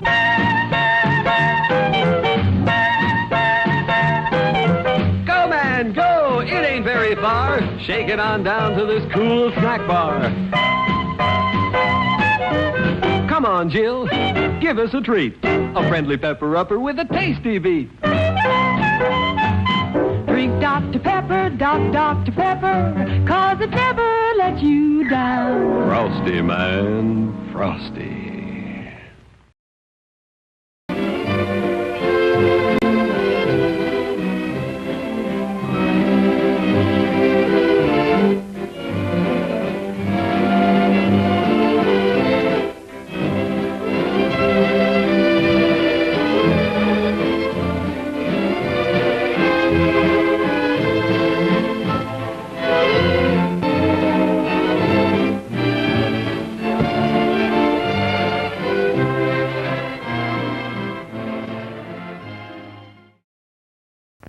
Way down in old Virginia, 300 years ago, Captain John Smith and Pocahontas shot their meat and aged it slow. They smoked it and they spiced it too, for flavor at its best. Genuine Smithville barbecue surpasses all the rest. Most great American traditions get better with the tellin', but James River's Smithfield barbecue gets better with the eatin'. At Smithfield, we still use the same famous recipe of herbs and spices. Our barbecue is still slow simmered in our secret sauce to perfection. And just like always, James River's Smithfield barbecue is good enough to be a great snack, hearty enough to fill a pioneer's appetite. You'll understand why John Smith stayed in old Virginia. One of the best things about this tradition is we make it quick and easy for you. Be sure to visit our concession stand now for James River's Smithfield Barbecue.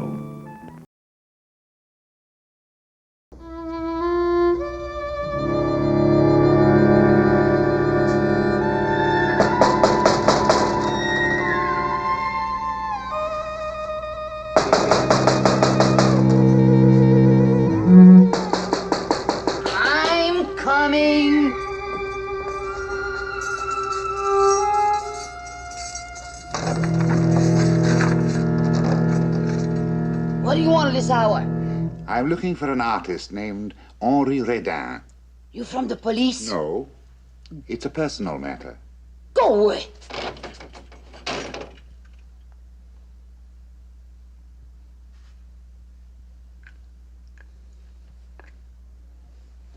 All right.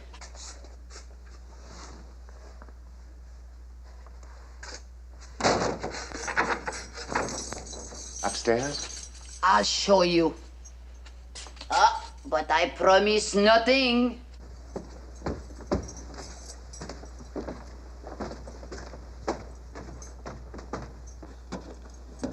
He's been locked in his room for a week.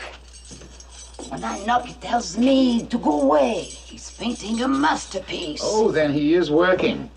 Or drinking. Or taking drugs. He is fool, that one. Oh, many painters have lived in this pension, but none like Radin. This masterpiece you spoke of, have you seen it? I do not wish to see it, monsieur. His work is evil. Perhaps a nude. There is no evil in nakedness. Oh, but Radin, he paints monsters. He sketches at night in graveyards. Graveyards? Oh, last month he did the portrait at the morgue. His model was a corpse. He called his painting Still Life. Huh. Monsieur Radin, open the door. You have a visitor. You see, he will not answer. Perhaps he's ill. Better use your key. Please open the door, madame. I insist. And by what right, monsieur? I am his father. Oh.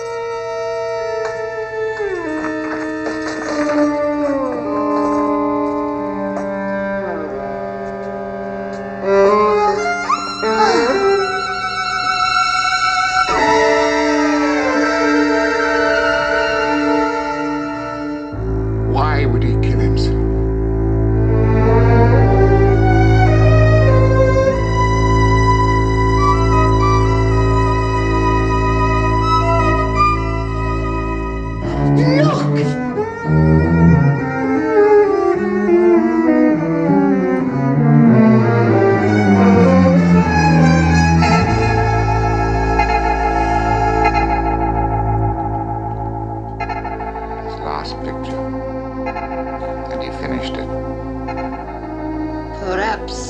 Perhaps the picture finished him.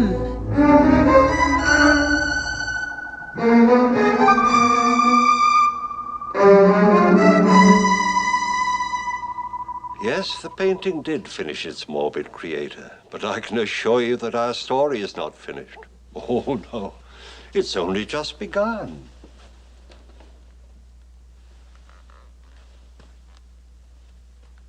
Blood.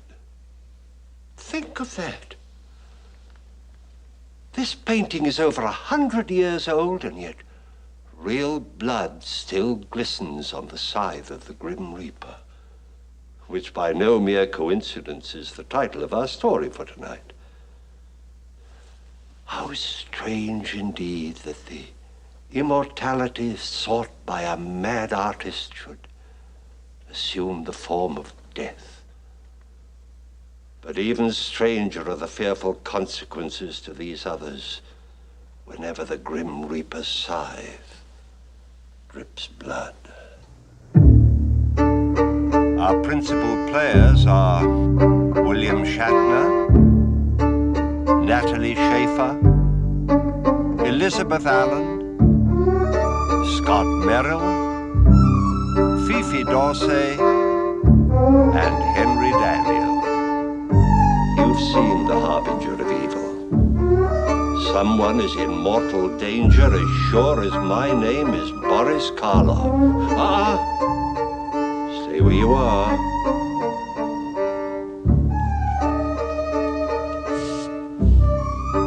I'll join you as you wait and watch.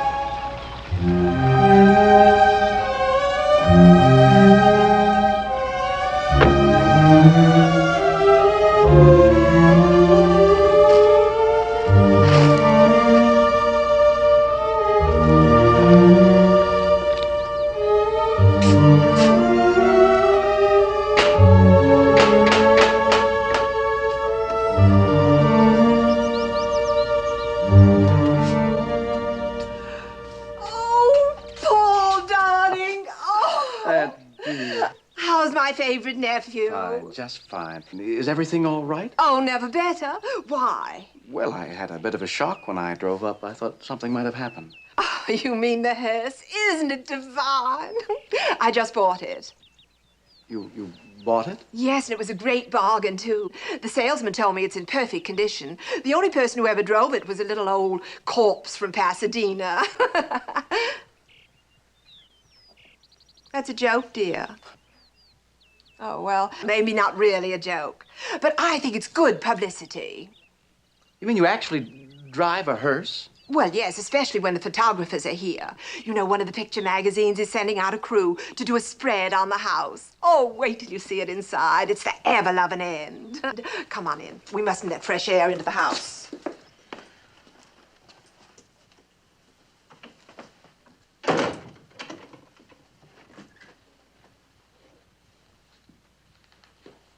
Well, what do you think? Who designed this place? Charles Adams?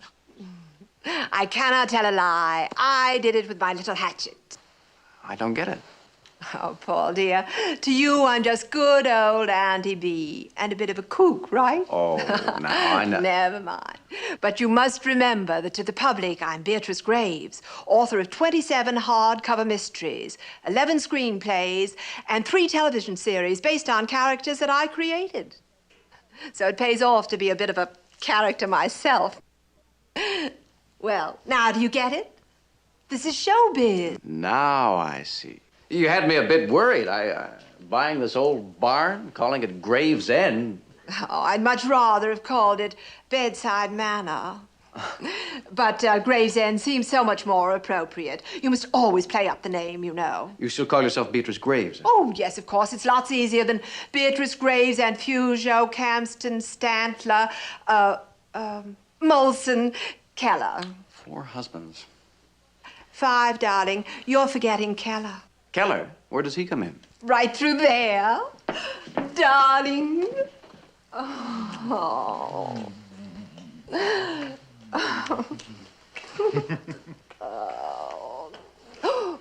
Oh, darling. Oh, no, really, not in front of company.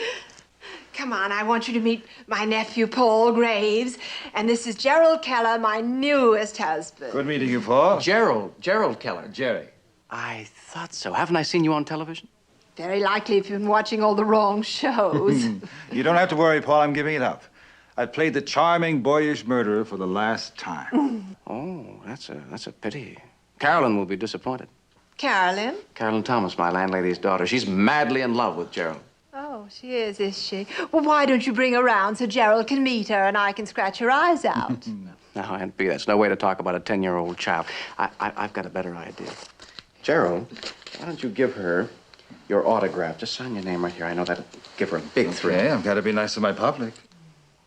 The only reason I married him is because I'm so fond of ham.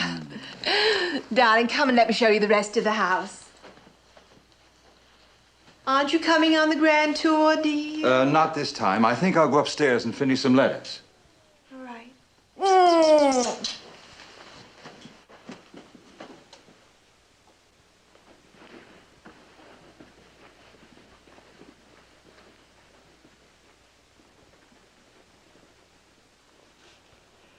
Well, what do you think of it? Very impressive, but very expensive to keep up.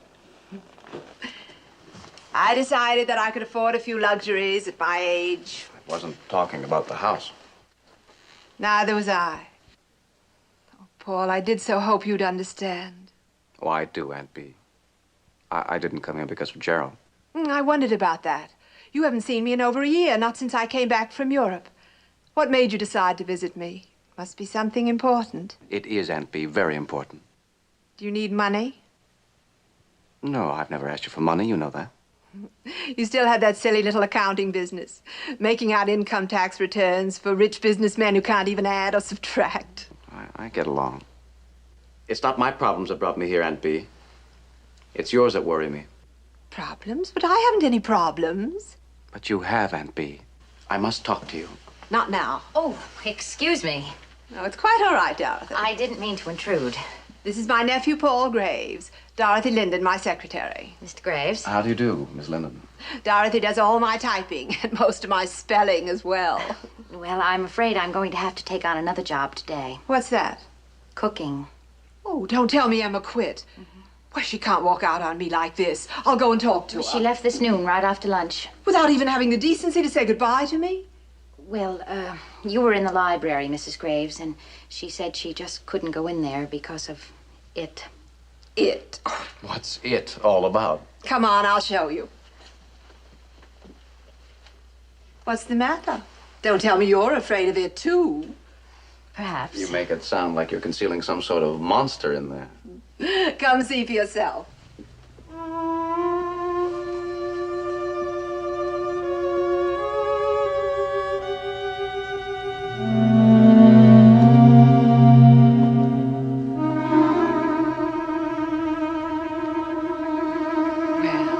What do you think of it? It's horrible. Were you expecting Whistler's mother? Please don't joke about it. But it is a joke. Now let me tell you what this is. I know what it is. Henri Rodin's painting The Grim Reaper. And you must have read about it in the papers. Yes. That's why I came. Quite a story, wasn't it? I knew it'd pay off when I bought the picture. I hit the wire services all over the country. You've got to get rid of it. Get rid of it? With the picture magazine coming out to do a spread, why, they'll eat this up. Please, Aunt Bee, I'm telling you for your own good. Now you stick to being an accountant or a no accountant. I know what's good for me. This is publicity. Will you listen to me? Something wrong? Yes, with my nephew's pointed head. He wants me to get rid of the picture. Well, you've got to admit it's a bit on the morbid side. Apparently, you don't know the history of this painting. Only what Bee told me about the absent-minded artist. Absent-minded? Yeah, like he hung himself instead of the picture. This is nothing to joke about. Let me tell you. All right, all right. We might as well sit down and let Paul do the Morris the Explainer bit. That's a show business term, dear. The character in the trench coat who comes on and tells how the murder was committed. He's Morris the Explainer. All right, Morris, the floor is yours. I'll make this as short as possible. According to the record, this picture was painted in 1848. Since that time, it's had 17 owners. 15 of them have met with a violent or mysterious death. You mean you paid a small fortune for a picture that has a jinx on it? Not a jinx, Gerald. A curse. Oh, that's fantastic. The story of this painting is a matter of factual record. The moment I heard that Aunt Bee had bought the painting, I remembered newspaper articles. I dug up its whole history in the research department of the library. And then you came out here to warn me like a good little boy. Is that it? Oh, Paul, don't you think I know all this? That old story about the curse has been running in the Sunday supplements for years. Then why did you buy it? Well, for precisely that reason. Think of the news angle. Mystery writer defies ancient curse. Then you don't believe the stories? Oh, I believe that people died, yes. But the former owners of this painting were military leaders and European nobility. Just the sort who would die violent deaths. Well, what about all those other curse stories? The Hope Diamond. The people who died after opening King Tut's tomb. Just coincidence. No curse. You might as well say that the Declaration of Independence carried a curse. Of course, everybody who signed it died. Well, I guess we can all relax. You're forgetting one thing. Aunt Bee, you say you know the history of this painting. Of course I do. Then how do you explain the stigmata? Stigmata? Isn't that a religious term? When holy men or sacred relics suddenly start to bleed? But this isn't a religious painting. No, it's not a religious painting. Unless the man who painted it worshiped death. Who knows what went on in Henri Rodin's twisted mind when he created this nightmare. But one thing we do know, 15 of the people who owned this painting met with a sudden, unexpected, violent death. And each was warned. Oh, how? You mean somebody told them? The painting told them.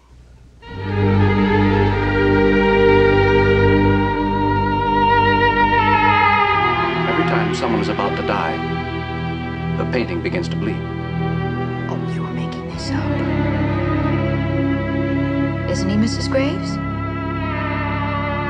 course, I've heard that story. The art dealer told me that... Couldn't it be true? Oh, no. Superstitious nonsense. What do they mean when they say the picture bleeds? Oh, I don't know. Maybe Abby is right. It does sound fantastic. They say this is the Grim Reaper, the angel of death. And he gives a warning. You see the scythe he carried? Whenever anyone is about to die, the blade of that scythe begins...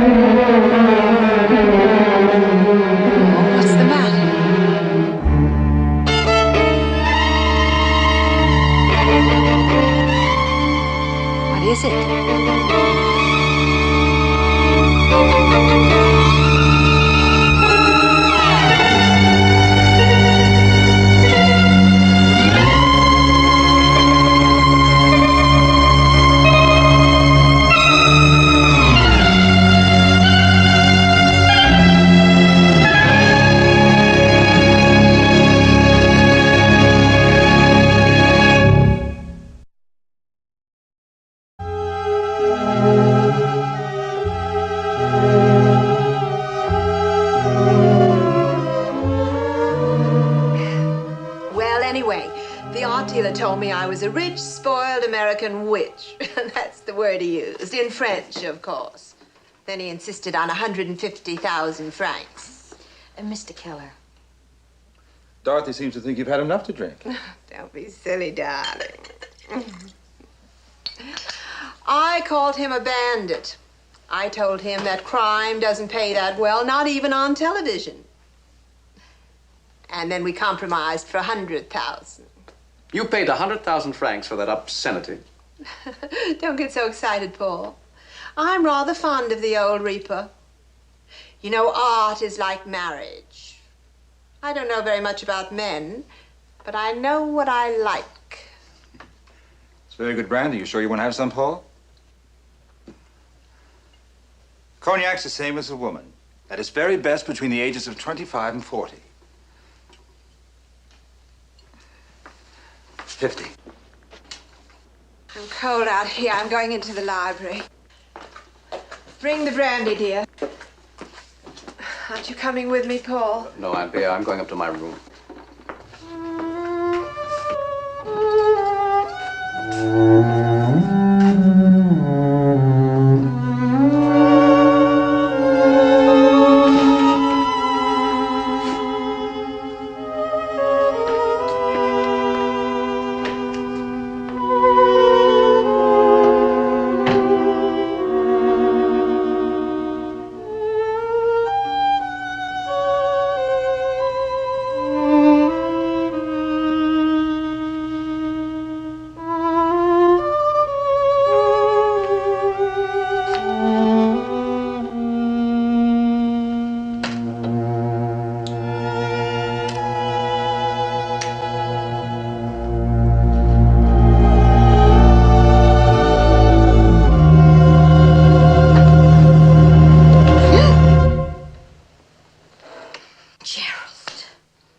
Little progress.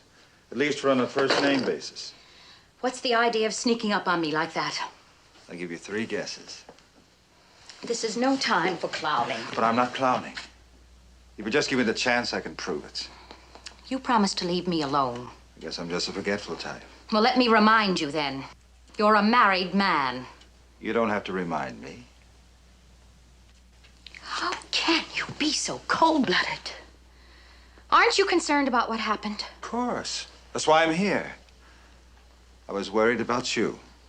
Well, you ought to be worried about your wife. Didn't you notice at dinner? She always drinks at dinner. Not like this. I'm afraid she's going off the deep end again. Who were you going to call? Dr. Bryce. Don't bother. But if he came up, he could calm her nerves down, give her a shot. Let her get her shots from the brandy bottle. That'll calm her soon enough. Gerald, she's your wife. No, she isn't. She's married to the brandy bottle. She doesn't know how I feel about you. And if she did, She wouldn't even... Get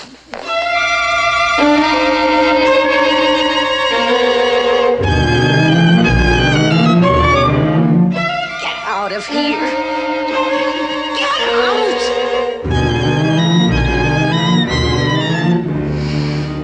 Okay. I can take a hint.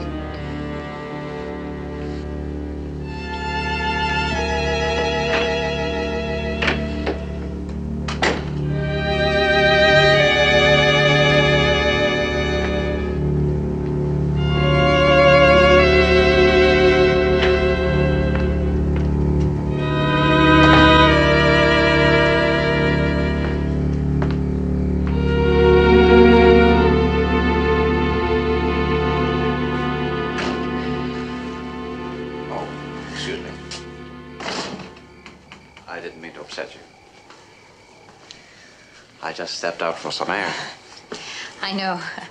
I'm afraid we're all a bit tense tonight. My aunt seems very upset.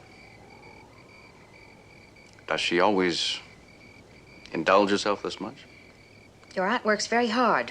Writing is a great strain on a nervous temperament. Actually, she's been much better lately, but tonight... Yes, I know. It's my fault.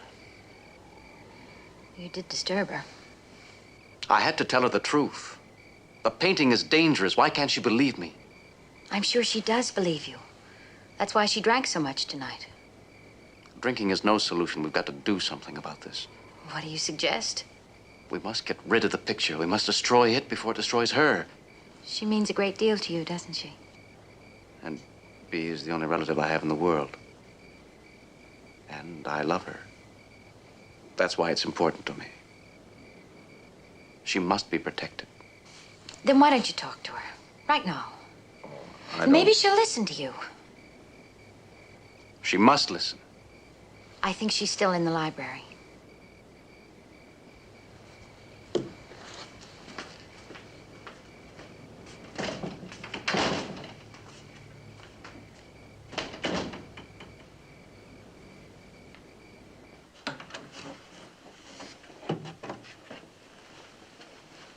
Aunt Bea?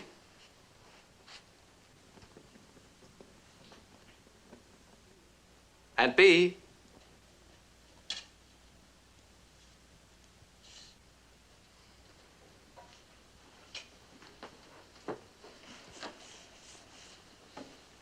What do you want? You looking for a drink? Help yourself. No, thanks, Aunt Bea. I never touch it. Oh, yes, that's right. You don't drink.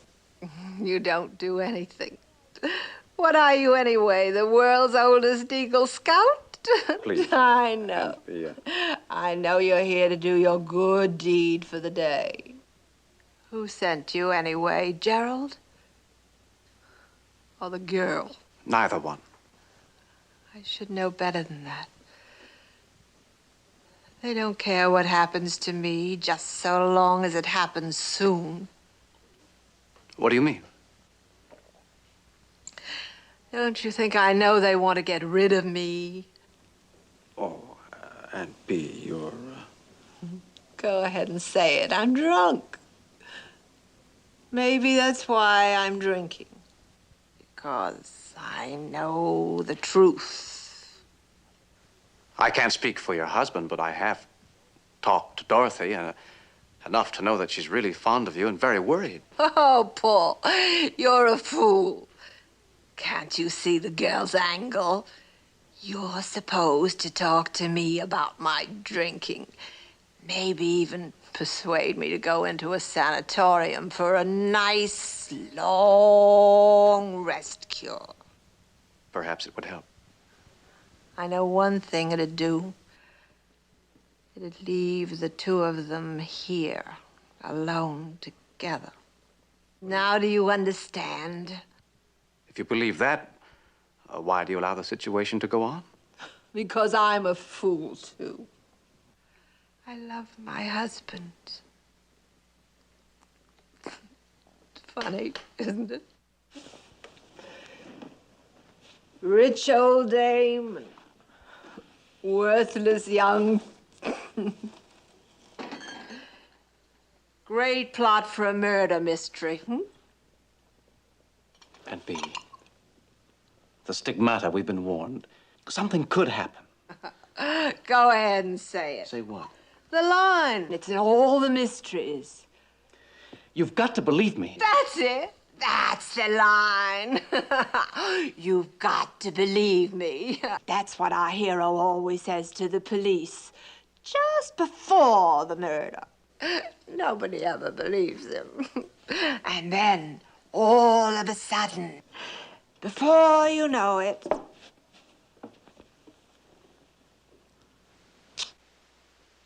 Look, this is nothing to joke about. The picture gave us a warning this afternoon. Yes, the picture. Then you do believe me? Perhaps. Well, aren't you afraid? Sitting here alone like this, staring at that face? Skulls have no faces, Paul. And death has no terrors. Not for me. Death is just a business partner. A business partner? Of course, that's what he is. I made a fortune working with death. He's in all my stories. Oh, he can't scare me. Aunt Bee, listen to me for the last time. You've got to get rid of that picture. We'll talk about it tomorrow. Now go on upstairs to bed. What about you? I'll be up in just a little while. Well, what are you waiting for? Go to bed. I don't like the idea of you being here all alone. I'm not alone. I've got all the company I need. Here's to you, old buddy. Aunt Bee, I don't want to make Oh, leave me alone.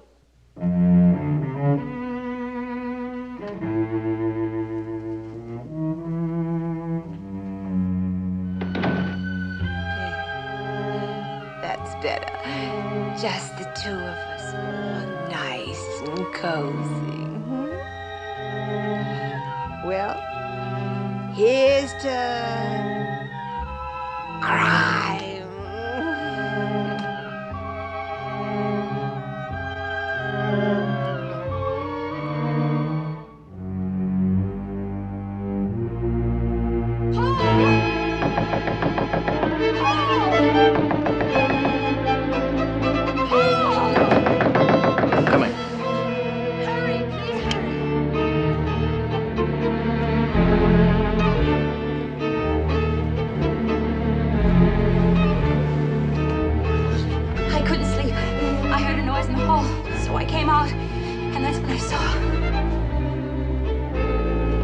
What's the matter?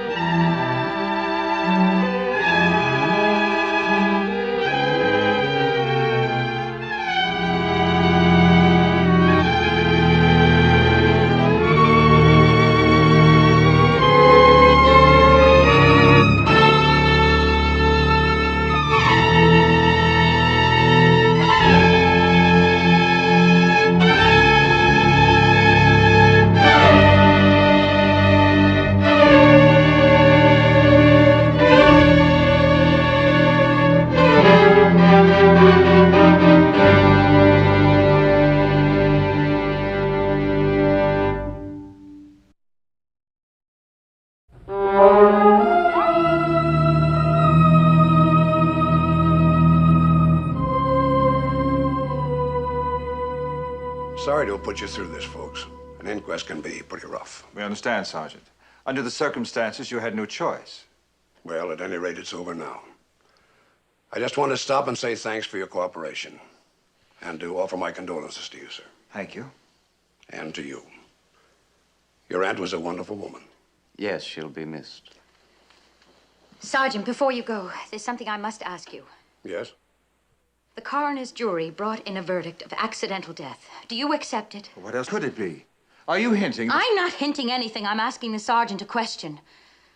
Do you accept that verdict? Yes, I do. We all know she'd been drinking. Stairway was dark. She stumbled, fell. I'm not talking about how she died. I'm talking about why. What do you mean, why? Sergeant, the picture warned us something was going to happen. Please, you're only upsetting yourself. The sergeant knows all about the picture. Believe me, miss, we did everything we could. The lab man went over the picture with X-ray and microphotography. There wasn't a trace of blood. But we saw it. Paul, tell him. I already have. I'm afraid he doesn't believe me any more than Aunt Bee did. But it's true, Dorothy's right. There is a curse on the picture. That's why my aunt died. If there was only some way I could prove it to you. Believe me, if you find out anything at all, I'll be glad to listen. Meanwhile, the verdict stands. I'm sorry, miss. May I show you out, Sergeant? Paul, I'm frightened. There's nothing to be afraid of. It's all over now. Is it? Maybe it's just begun. You're imagining things. The picture is real, and the blood was real. And Gerald is real. Gerald? Oh, you didn't know about him, did you? The way he was always after me. Oh, Paul, he only married you on for her money. Dorothy, that's a very harsh accusation. You have no proof. Your aunt is dead. That's proof enough for me. You told her to get rid of the picture. Oh, you were wrong. She should have gotten rid of Gerald. You don't know what you're saying. Oh, yes, I do. I tell you, it isn't safe to stay in the same house with that man. Now, you can do what you like, but I'm leaving. Good evening. What's this all about, my dear? You can't leave now. We have a visitor. Sir? I don't understand. Who is this man? Mr. Phillips is my late wife's attorney. He's here to read the will. A necessary formality. Now, if you'll be seated, we can proceed. You may use the desk if you like. Thank you.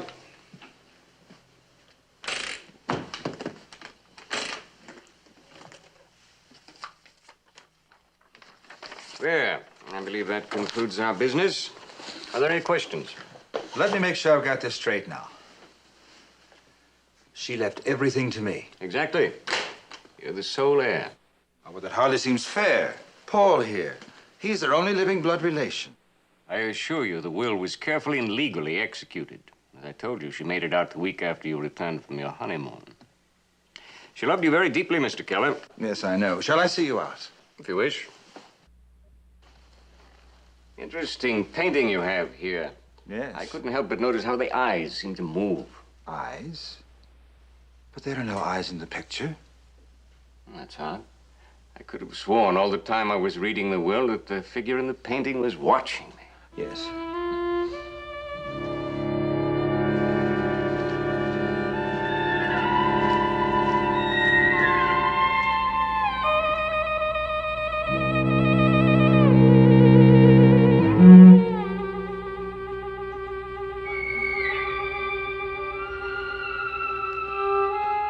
Are you sure you won't change your mind? Quite sure.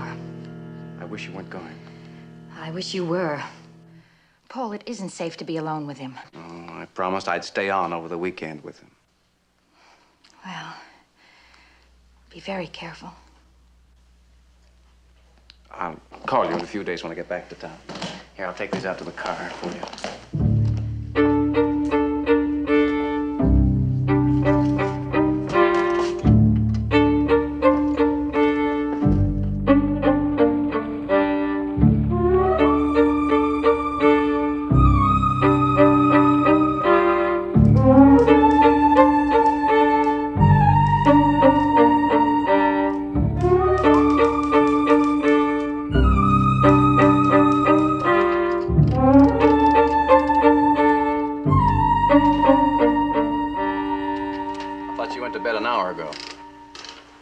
Yes, but I couldn't sleep.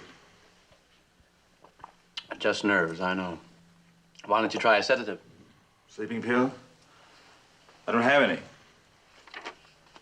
I have just the thing. Here, try this. Thanks. Water?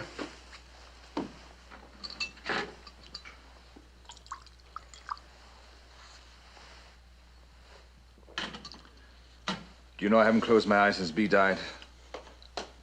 I'm afraid to. I'm afraid if I do, I'll see this. Forget it, it's just a picture. How can I?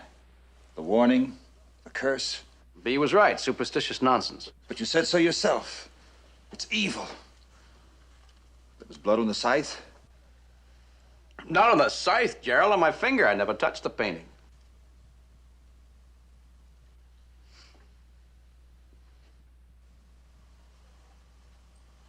It was all a trick. I had to have an excuse to see Bea again. Dear Aunt Bea, so rich and so selfish.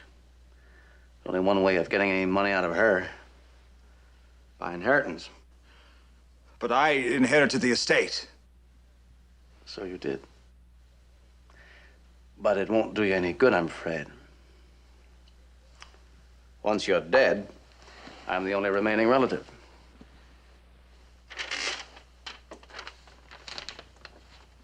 What's that? I just typed out your confession for the police. My confession? You admit you pushed her down the stairs. But you killed her. I'd never sign that. You already have. Remember the autograph you gave me when I first arrived? You'll never get away with this. I'll deny everything. You won't be able to, Gerald. See, it's more than just a confession. It's a suicide note. Suicide? Exactly. How do you feel?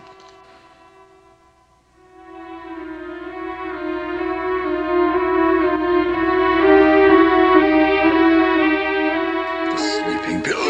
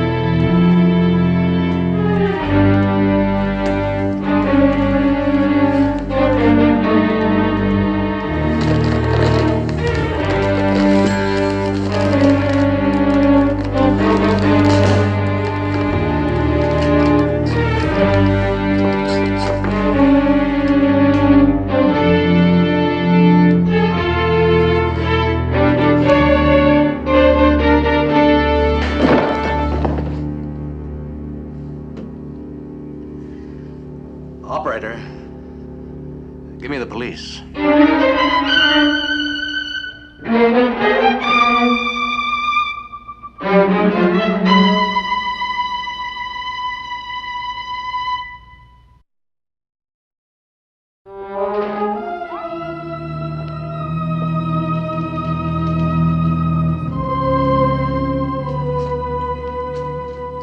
Well, thanks for your statement, Mr. Graves. That's all right. Well, I guess there's nothing more to be said. At least now we know the truth. Yes, now we know. You plan on staying on here in case I want to get in touch with you later? Actually, I'd planned to go back to my apartment in town. You can reach me there. I can't say that I blame you. Mr. Graves. Yes? About that picture. What about it? Well, I've been doing some thinking since you told me about that curse. Oh, Sergeant, we know how my aunt died. The picture had nothing to do with it. It's only a painting. Oh, I suppose you're right. Just between the two of us, I'm glad you don't plan on staying in this house with it. Alone. Well, good night.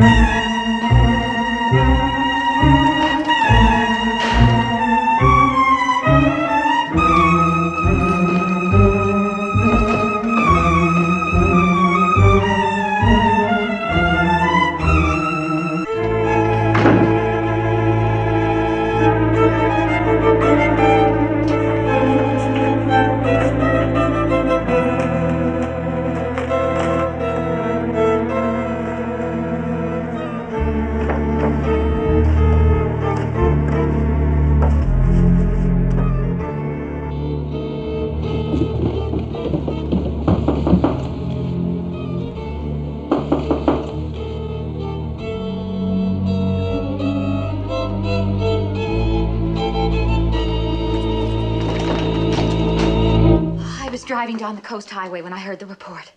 Are you all right? Yes, I'm fine. There's nothing to worry about. The police just left. You're leaving? Yes. Now we can go back together. Paul, just a moment. What is it? The picture. You can forget about it. Oh, that's just it. I can't forget about it. From the moment I heard about Gerald, I knew what had to be done. There's nothing has to be done. I've taken care of it all. You've destroyed it? No, of course not. I haven't touched it. Well, if you won't, I will. It's evil. Dorothy, wait.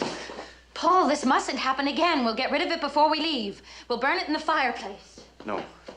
Please, don't go in there!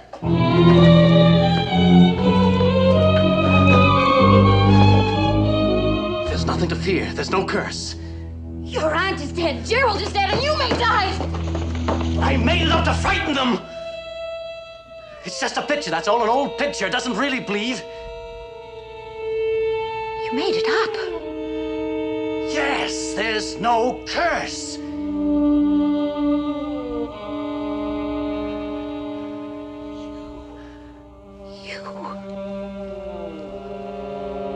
You're the one. But you understand, don't you? It was the only way. Now everything is mine. The house, money, the picture, everything. I'll share it with you, the money and the secret. What's the matter? I told you, don't be afraid. There's no curse. The picture! The arm! It's moving.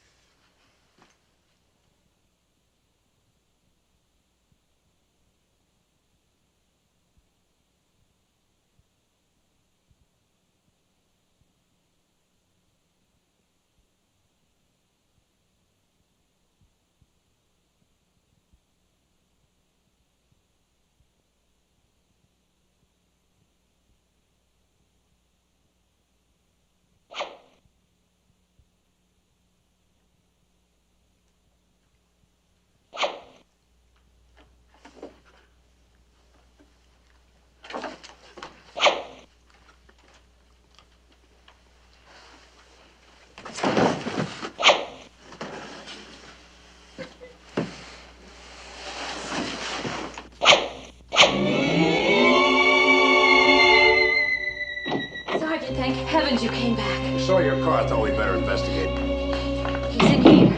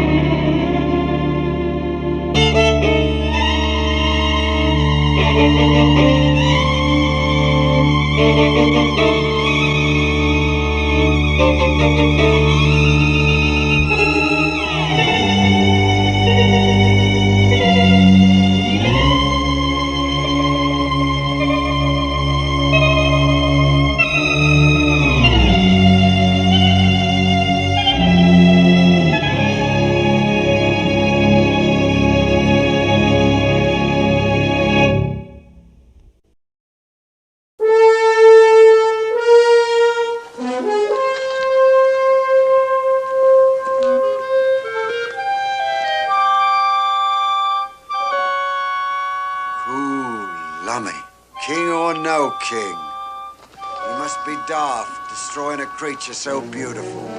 Not even a trial did she get. And no surgeon here to certify her death all decent and proper. Well, I ain't no surgeon, but I'll gladly stay behind to see this one. We'll both stay.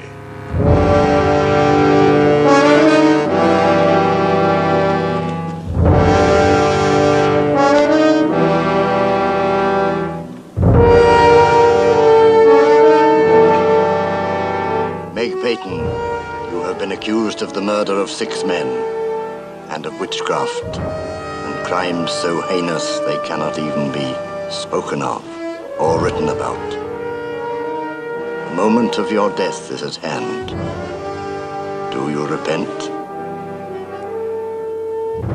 For the sake of your immortal soul, I ask you again, do you repent? No, I do not repent. And you may tell the man who condemned me that Meg Peyton does not die here. With your last words, you defy your sovereign? With my last words, I pity him. Get on with it.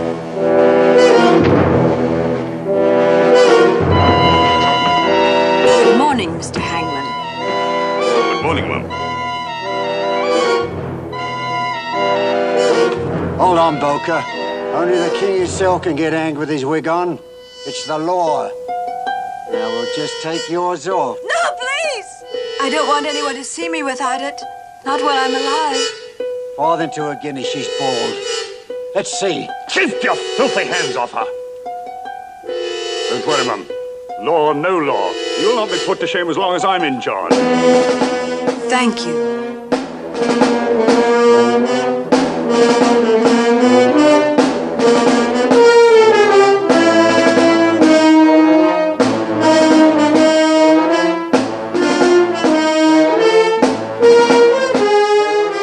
Your hands are trembling. Let me help you.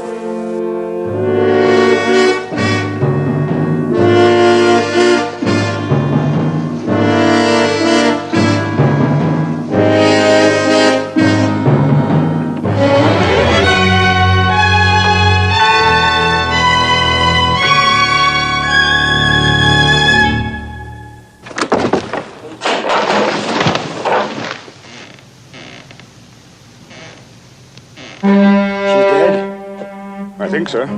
Let me have a look. Well, now, the lady's dropped her wig. Now we can see what she was hiding.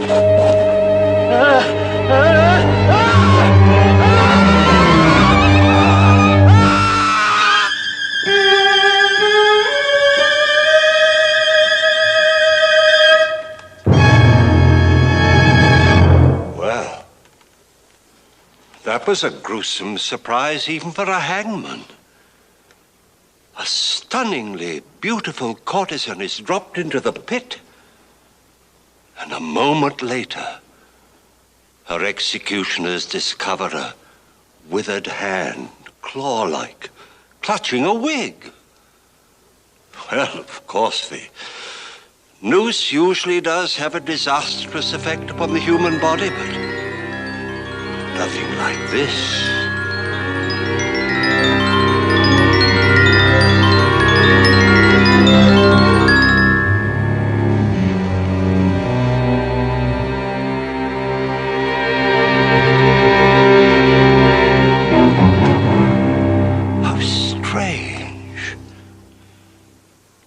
I should think it must have something to do with this wig. There is something weird and frightening about it. But my friends, look! It's only cloth and hair. Lustrous red hair, to be sure, but hardly very mysterious. At least, that's what the characters in tonight's story thought. Unfortunately for them. May I introduce Sheila Devore, played by Patricia Barry. George Mashick, played by John Barragray. Herbert Bleak, played by John Fiedler. Arabella Foote, played by Linda Watkins. and Max Quink, played by Herbert Rudley. We call our story A Wig for Miss Devore, and naturally I refer to this particular wig. Now, my friends, you know all about the magic that the sorcerers of the silver screen put on film for your entertainment. Well, tonight, as sure as my name is Boris Karloff, you'll learn that sorcery can be performed without celluloid, behind the cameras, perhaps even in your own living room.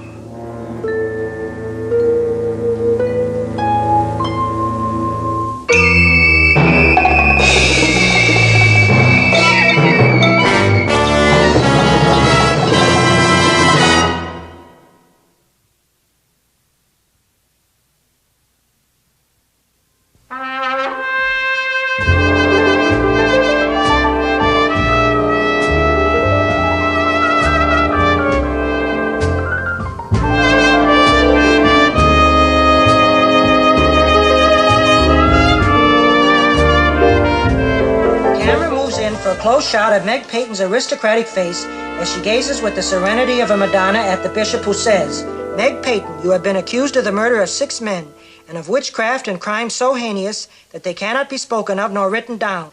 The moment of your death is at hand. Do you repent?" And I just stand there, looking breathtaking, unafraid. And the bishop says... Now, Herbert, never mind all that business about what the bishop says. Skip on down to that part where I turn to the hangman and I say, "Good morning, Mr. Hangman." Morning, Mum. Are you ready? I'm ready. The hangman brings the noose up, but his hands are trembling badly, his face a mask of sorrow. And I'm much more worried about the way he feels than I am about myself. And I turn and I look up into his face and I say, "Your hands are trembling. Here, let me help you." And I take his 2 huge hands in my own and I guide the noose up over my head. And as I'm standing there waiting for death, the camera booms up, up, up, up, until the cold gray fog obscures the scene. The end.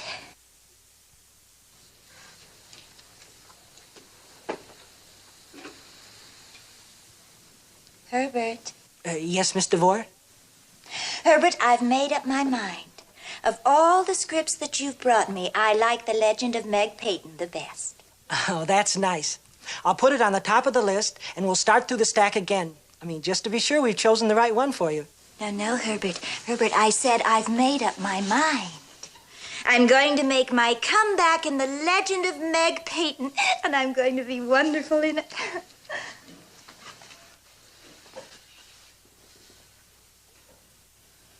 Do you know something, Herbert? I think this long rest has done just wonders for my complexion.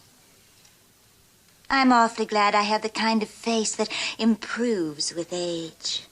There's a lot to be said for mature beauty, you know.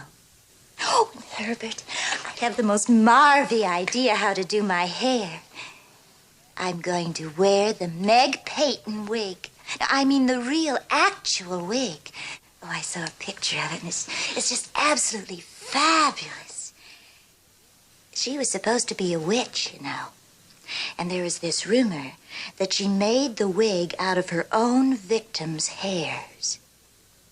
I mean, she just stood there and pulled them out of their heads, one strand by one strand. Isn't that thrilling? And then she put a spell on it. You know, Herbert, that's pretty good publicity stuff, don't you think so? Oh, Max just simply has to get it for me. I mean, I couldn't possibly get into character without it. Besides, all my fans would absolutely adore the idea of my wearing the genuine, actual wig.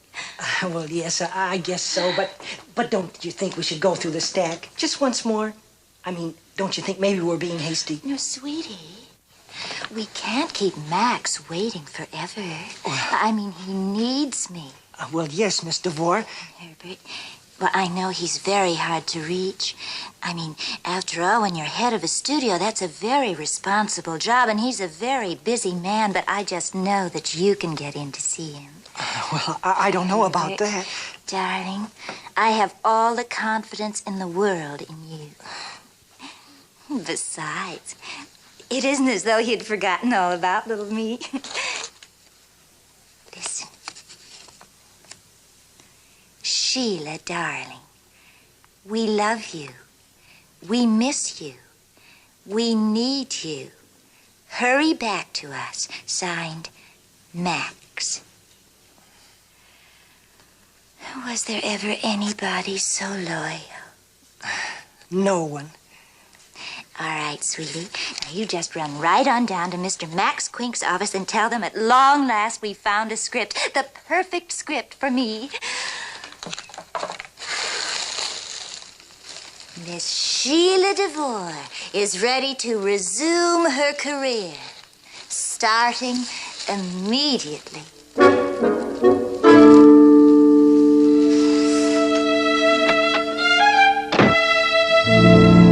Sheila Devore.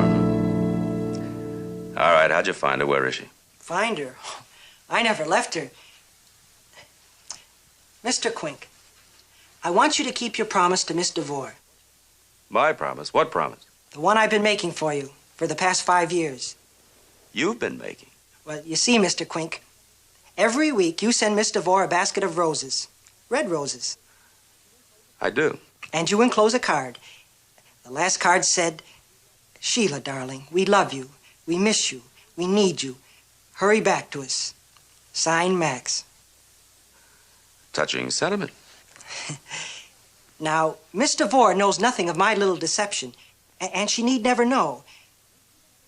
But when she returns to work next week... Turns to work? Everything should be the same as the day she left. She should have her own bungalow, her favorite cameraman. That would please her. And perhaps her old director. Machik?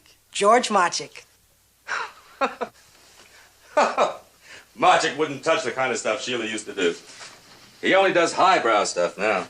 Oh, The Legend of Meg Peyton is a highbrow picture. Miss Devore says she'll be wonderful in it. As what, the charwoman? I told you. As Meg Peyton. It's the vehicle Miss Devore has chosen for her comeback. Comeback? Are you out of your mind? Well, I won't tell her you said that. Now, look, Bleak, I'm an easygoing man. I tolerate oddballs. They amuse me, but not when they keep harping on the same bad joke. Sheila Devore is a 38-year-old has-been. She was finished at 32. My heart bleeds for her, but that's life. This part calls for a 25-year-old fresh redhead, not Miss Dimple Darling of 1945. Well, then you'll just have to get Miss Devore the best makeup man in Hollywood. You mean to tell me she doesn't realize what she looks like? Miss Devore is absolutely incapable of seeing anything ugly. I mean, you of all people should remember that. All right, that's enough. Get out. Very well, Mr. Quink. You'll be hearing from Miss Devore's attorneys. Attorneys? What attorneys? The ones that will ask you and Mr. Machik to account for the missing profits of 32 of her pictures. As I understand it, the three of you were equal partners in an independent picture production company.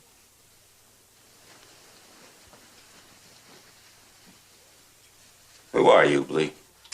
I'll tell you who I am, Mr. Quink. A bookkeeper who works in your accounting department. And who's made it his business to re-audit the financial statements on every picture Miss Devore made. Don't try to bluff me. If you'd found anything irregular, you'd have told Sheila years ago. Oh, she trusted you. I didn't want to disillusion her. And I don't want to now. But since you're going to break her heart anyway... Oh, wait a minute. Let's talk about it. The choice is very simple, Mr. Quink. Would you prefer to go to jail or phone Mr. Machik and tell him the news? Sit down.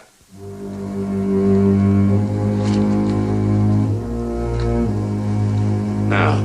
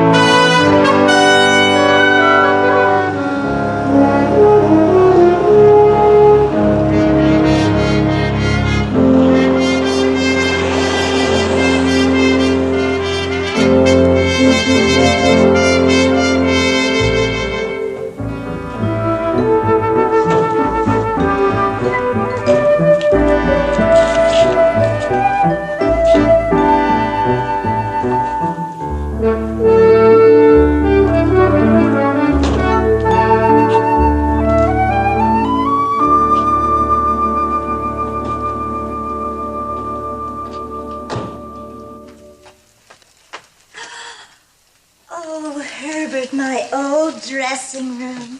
They haven't changed a thing. Isn't it beautiful? Herbert, it's here. The wig. Meg Peyton's very own, all the way from the museum in London. Oh, Herbert, it's beautiful. Well, it's just breathtaking. Well, when I told Mr. Quink you had your heart set on it, he said, buy it for her, Bleak.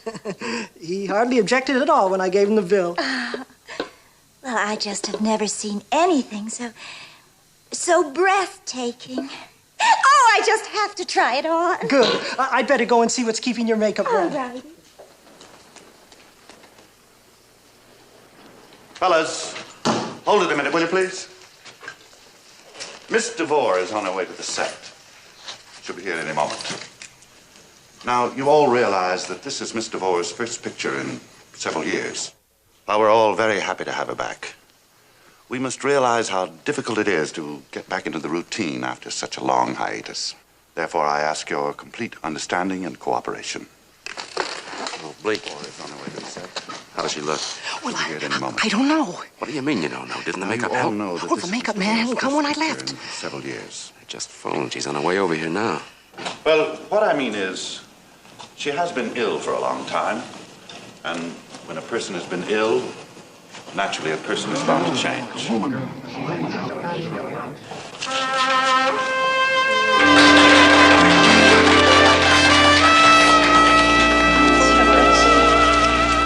Max.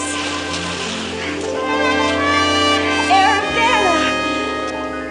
Darlings. Oh, it's so wonderful to be back again.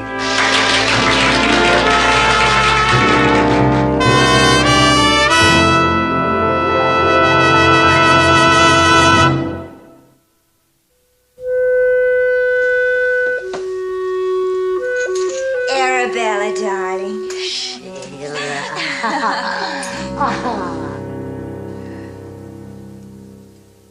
Sheila Devore. I don't believe it. What's the matter, Arabella? Is my slip showing? Darling, you look positively... Well, I didn't remember your having such a flair for clothes. But of course not, darling. You were always looking for dirt. You've changed, Sheila, in more ways than one.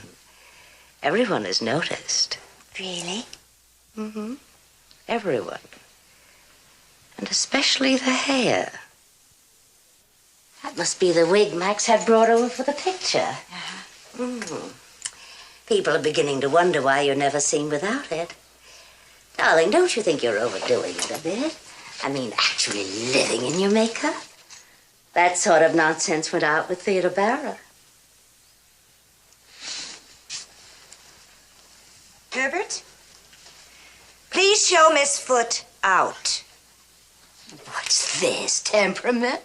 Why, I always remember the dimpled darling girl as a perfect angel. Herbert, if you don't get this female mutt out of here, I'll rip her to shreds. I have to check the mailroom. Miss Foot, I'll walk you to your car. You shouldn't be nasty to me, Sheila. You might live to regret it. I'll die waiting.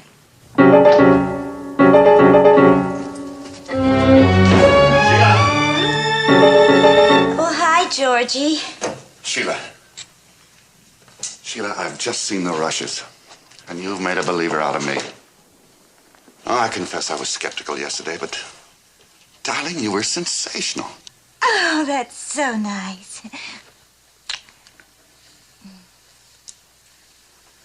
Sheila, you know something? Before your retirement, I thought you were the most beautiful girl in the world.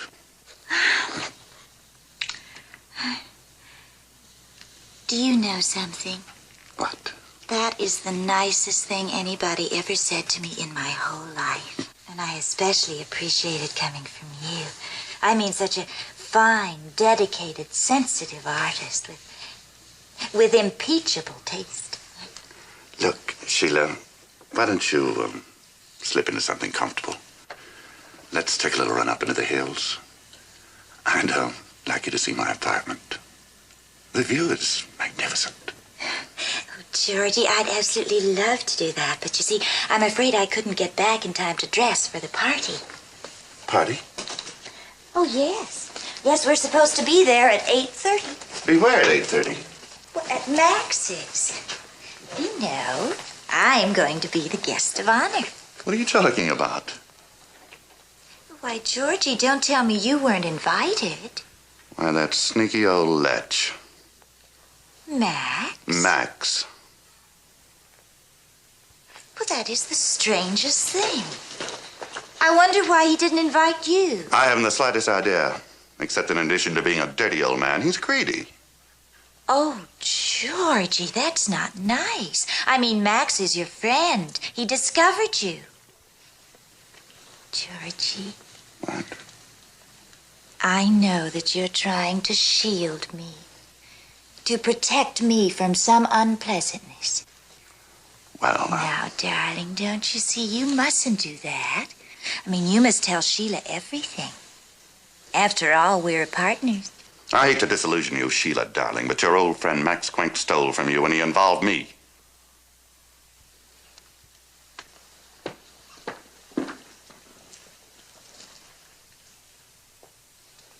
And?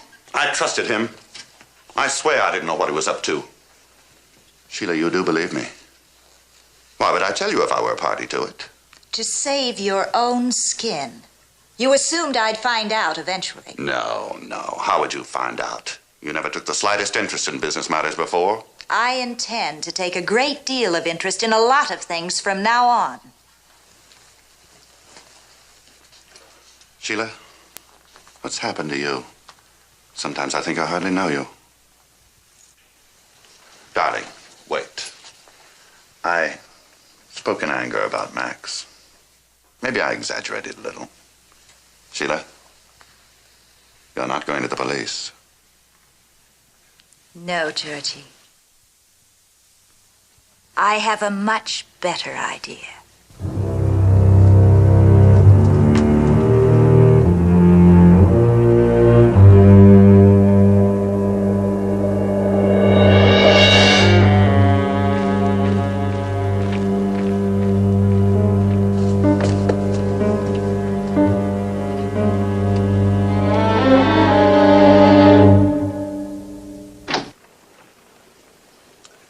Again? I must see Miss Devore. Mr. Machek said she was here. Look, I'm sorry, Mr. Quink left strict orders he was not to be disturbed. But she is here. Good night. Oh, wait, this letter. It came special delivery. It's about the wig. She has to read it as soon as possible. I said good night. Like old times. Remember? Quiet evenings by the pool. Music. Just the two of us. How could I forget? Sit down, dear. But I hadn't forgotten this. Pink champagne. Oh, Max. Your favorite. And now we're going to have a toast. Just like old times. Remember?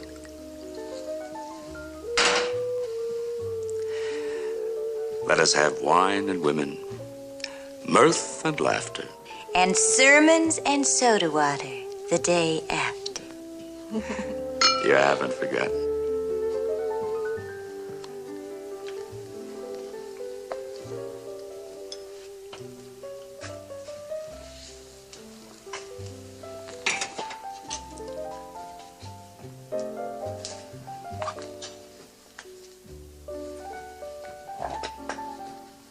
Come here.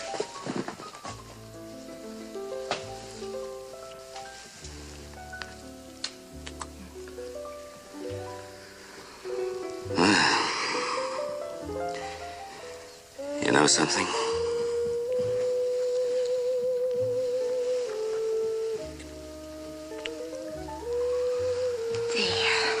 Oh, you're twice as exciting now as you were in the old days. You really missed your little Sheila? What do you think? Max, Hmm? do you know something?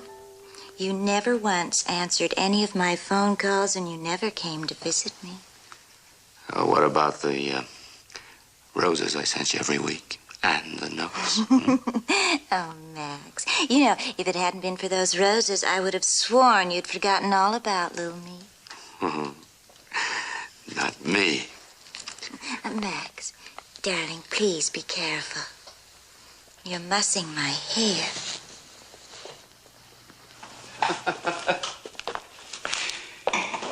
Give me that wig. Ah, come on, honey, take it off. Why, Max? Take it off. You don't need it. You really want me to? Yes, I really want you to. You sure? I'm positive. Absolutely positive? Absolutely. I want to see my Sheila as she really is. All righty.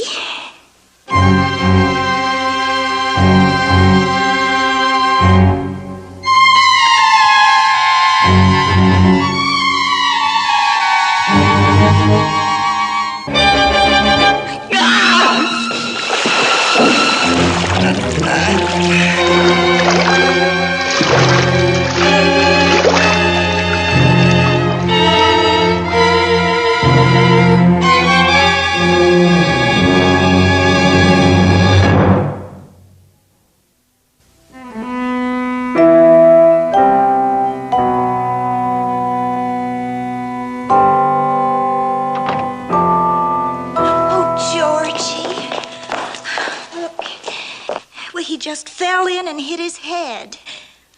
What are we going to do? Don't worry, baby. Just leave everything to good old Georgie. But I don't want to involve you. Involve? But I'm already involved desperately. I told you I'm in love with you. This gives me a chance to prove it. Oh, I'm glad you called me. Georgie. I wonder why all these awful things always happen to me. I told you not to worry. Georgie, do you think we ought to call the police? No. With all those scratches on his face, they'd think you had a fight. But we did. He attacked me. I told you. Max was no friend. Say, we will call the police, and that's exactly what you'll tell them. And when they get here, you'll be over here on the sheds. Crying, heartbroken, hysterical. Georgie, I'm afraid that won't do. Oh, why not? Well, you see, if we did that, then the police would want to ask me all kinds of questions about, to find out whether I might have killed Max. Well, then if they did that, all that messy business about our company and the stolen money and all those things would come out. And you'd go to jail, too, Georgie. Oh. Yes, I see. No. There must be another way. I've got it. We'll go to Yuma tonight. What for? We'll get married. They can't force a husband and wife to testify against each other.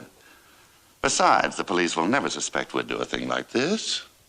Not on our wedding night. Well, what about the picture? We have to finish shooting the picture. I told you, don't worry. Tomorrow's the last day of shooting. We'll be back in plenty of time. Come on. All righty.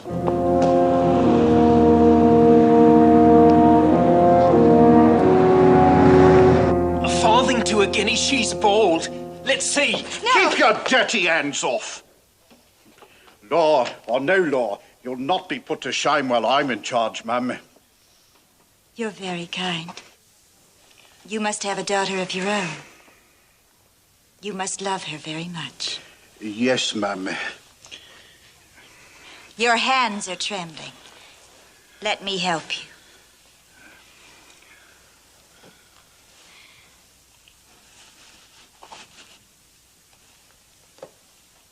Cut. Oh, that was marvelous, Sheila. Was it all right? Just Oh, good. Fellas, hold it a minute, will you, please? I want you all to know that through your understanding and cooperation, we've been able to make a picture of which we can all be very proud. From the bottom of our hearts, my bride and I wish to thank you. Ingrates. How dare they get married without telling me?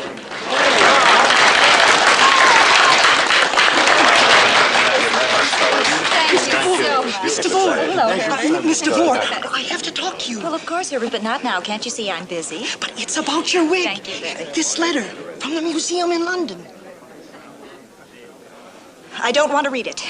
But you're in danger, Miss Devore. Something terrible is going to happen. You are absolutely right. Something terrible is going to happen if you don't take that letter and get out of here. But you don't... Get out! You don't You understand. heard what Mrs. Marchik said, Bleak. Out. Don, Joe, show him out. Thank you. All right, but you'll be sorry. We'll all be sorry. Read the usual poses and corny comments from the newlyweds. That may be the real story being hustled out the door.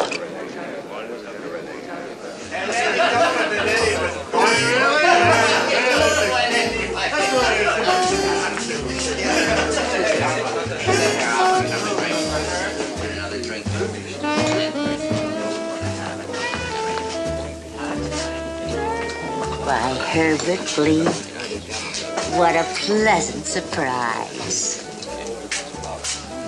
I saw what she did to you tonight. I was shocked. You were shocked? After all you've done for her, and she repays you with insults. Little Miss Sheila has certainly changed. Yes, but it isn't her fault. And who should know that better than you? You who were in love with her. I was her friend. I only wanted to help her. Of course you did. But I should have known it. It was too late. Too late? It's the museum's fault. They should have sent the letter when they sent the wig. I mean, as soon as I got the letter, I tried to warn her. Just what's in that letter? Oh, it's a story. The truth about Meg Peyton's wig.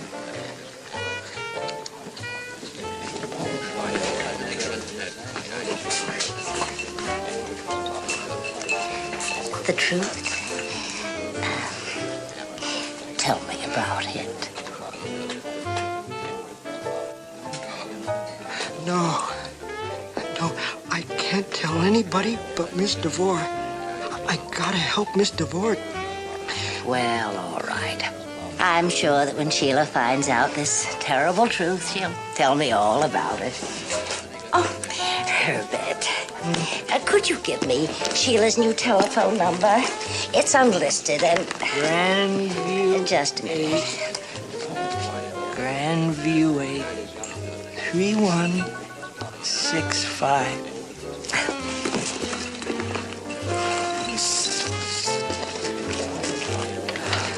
Cheers, Herbert. And thanks for everything.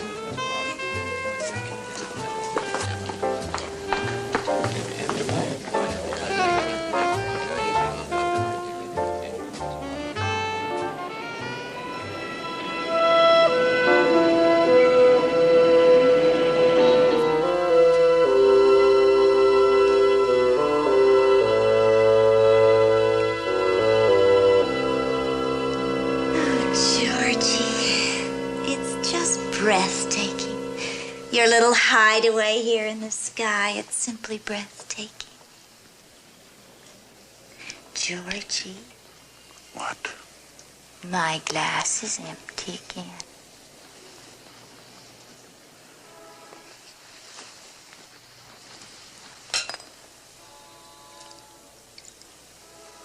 Thank you.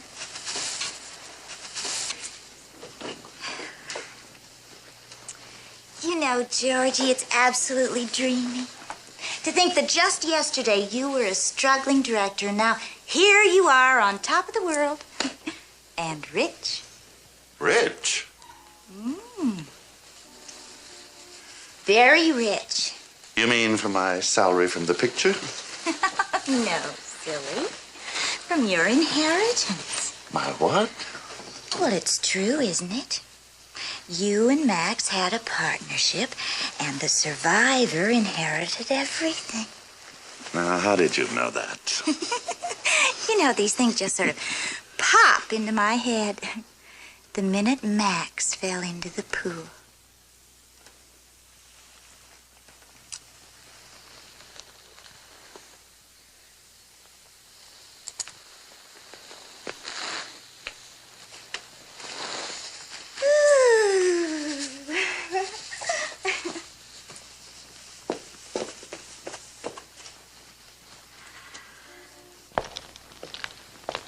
Georgie, isn't it just marvy the way everything's turned out?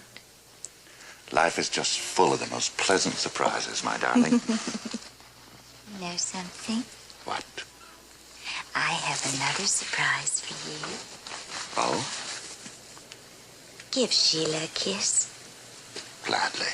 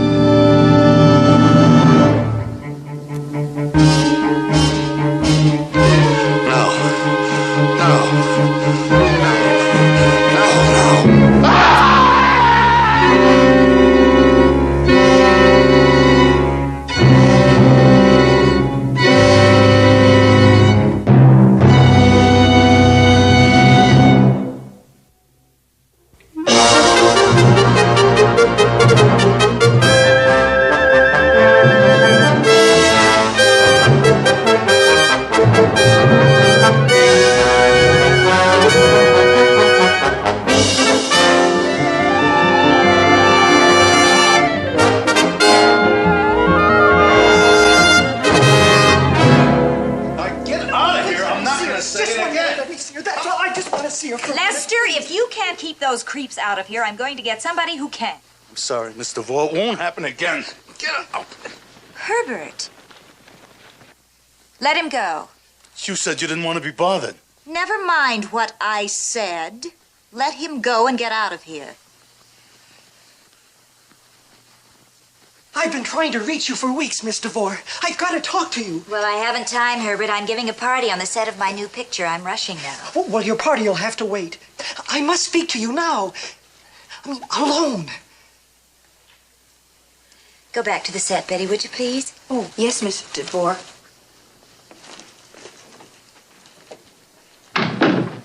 You can't go on this way, Miss Devore. What way, Herbert? Wearing that wig. It carries a curse. It was all in the letter. I mean, you've got to stop wearing that thing. It's changed you. Herbert, you're my friend. Would you want me to go back to the way I was? Or worse? Oh, no. So you see, I have to go on wearing it. But you've already murdered 2 men. I mean, where will it stop? That's a very dangerous thing for you to say, Herbert. I hope you haven't repeated it to anyone. Oh, no, of course not. Good. Then we can go on being friends if you wish, and you can be my personal manager. I need you, Herbert. I need someone I can trust to handle my personal affairs. But how can I forget what happened to Mr. Quink and Mr. Machek? But you don't really know what happened to them, Herbert. Oh, but I can guess. Now, Herbert, the police were satisfied that their deaths were accidental, and that should end the matter. Unless, of course, you're here to prove otherwise, in which case I'd be delighted to remove my wig just for you. No, please. I thought not.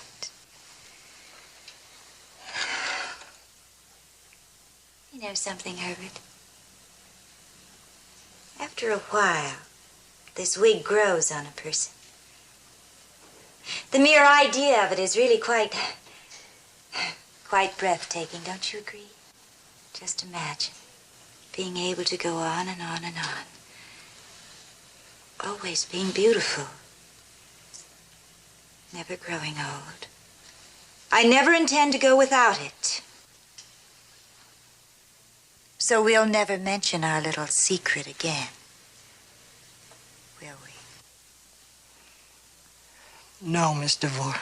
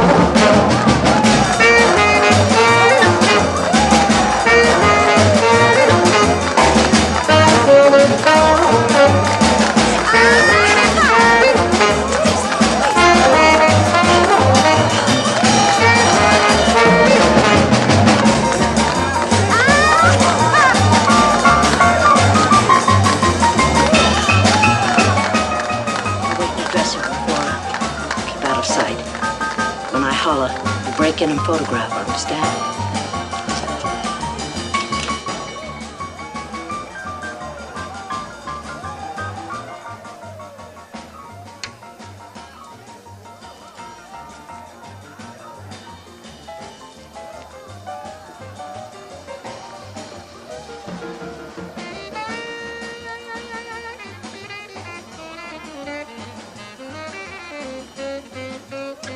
What have we here?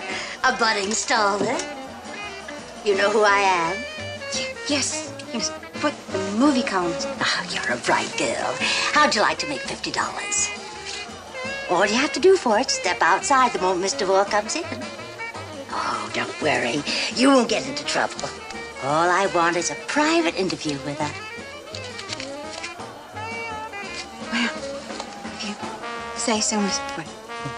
You're sweet.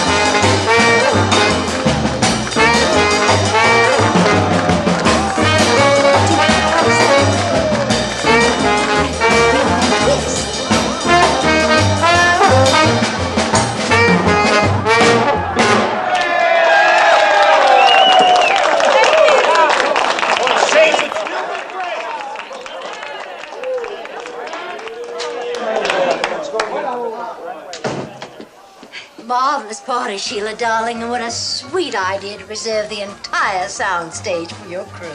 Well, you ought to get out on the dance floor, Arabella. We're doing the twist. Marvelous for the figure. Fine. If I could do something about the face, too. Speaking of faces, I heard a rumor about yours. Oh, really, Arabella? Well, I'd love to hear all about it sometime. Unfortunately, I don't have the time right now. I have to dash back to my party. It wasn't exactly a rumor, Sheila. These are facts, darling, documented by one of the most reputable museums in the world. And what does that letter that you stole from Herbert say, Arabella? It says that mysterious wig of yours is the product of medieval witchcraft, and that it has dark and demonic powers. You don't believe a cock and bull story like that, do you, Arabella? Ordinarily, I wouldn't. But when you stop to consider, a frowsy old bag puts on the wig, and overnight, mind you, becomes a ravishing beauty. The head of the richest studio in town drowns accidentally. A director with the biggest smash in the country dives off his balcony and turns himself into a puddle of blood. Put them all together and they spell... What, Arabella? What do they spell? I don't know. Yet. But now you want to find out. Don't you think your fans are entitled to know all about their glamour girl? You keep away from me, Arabella. There's nothing to be afraid of. That story can't possibly be true. I only want you to prove it. Take off the wig, Sheila. Now, I'm warning you. Darling, I've been around too long to be threatened by a cheap little... Off it comes, glamour girl!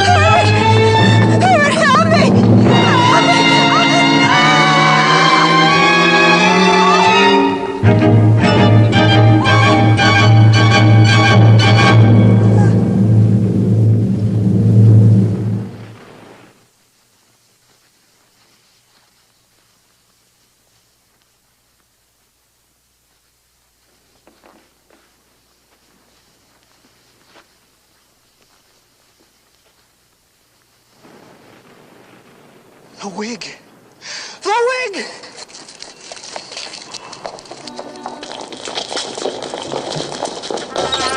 Oh, excuse me.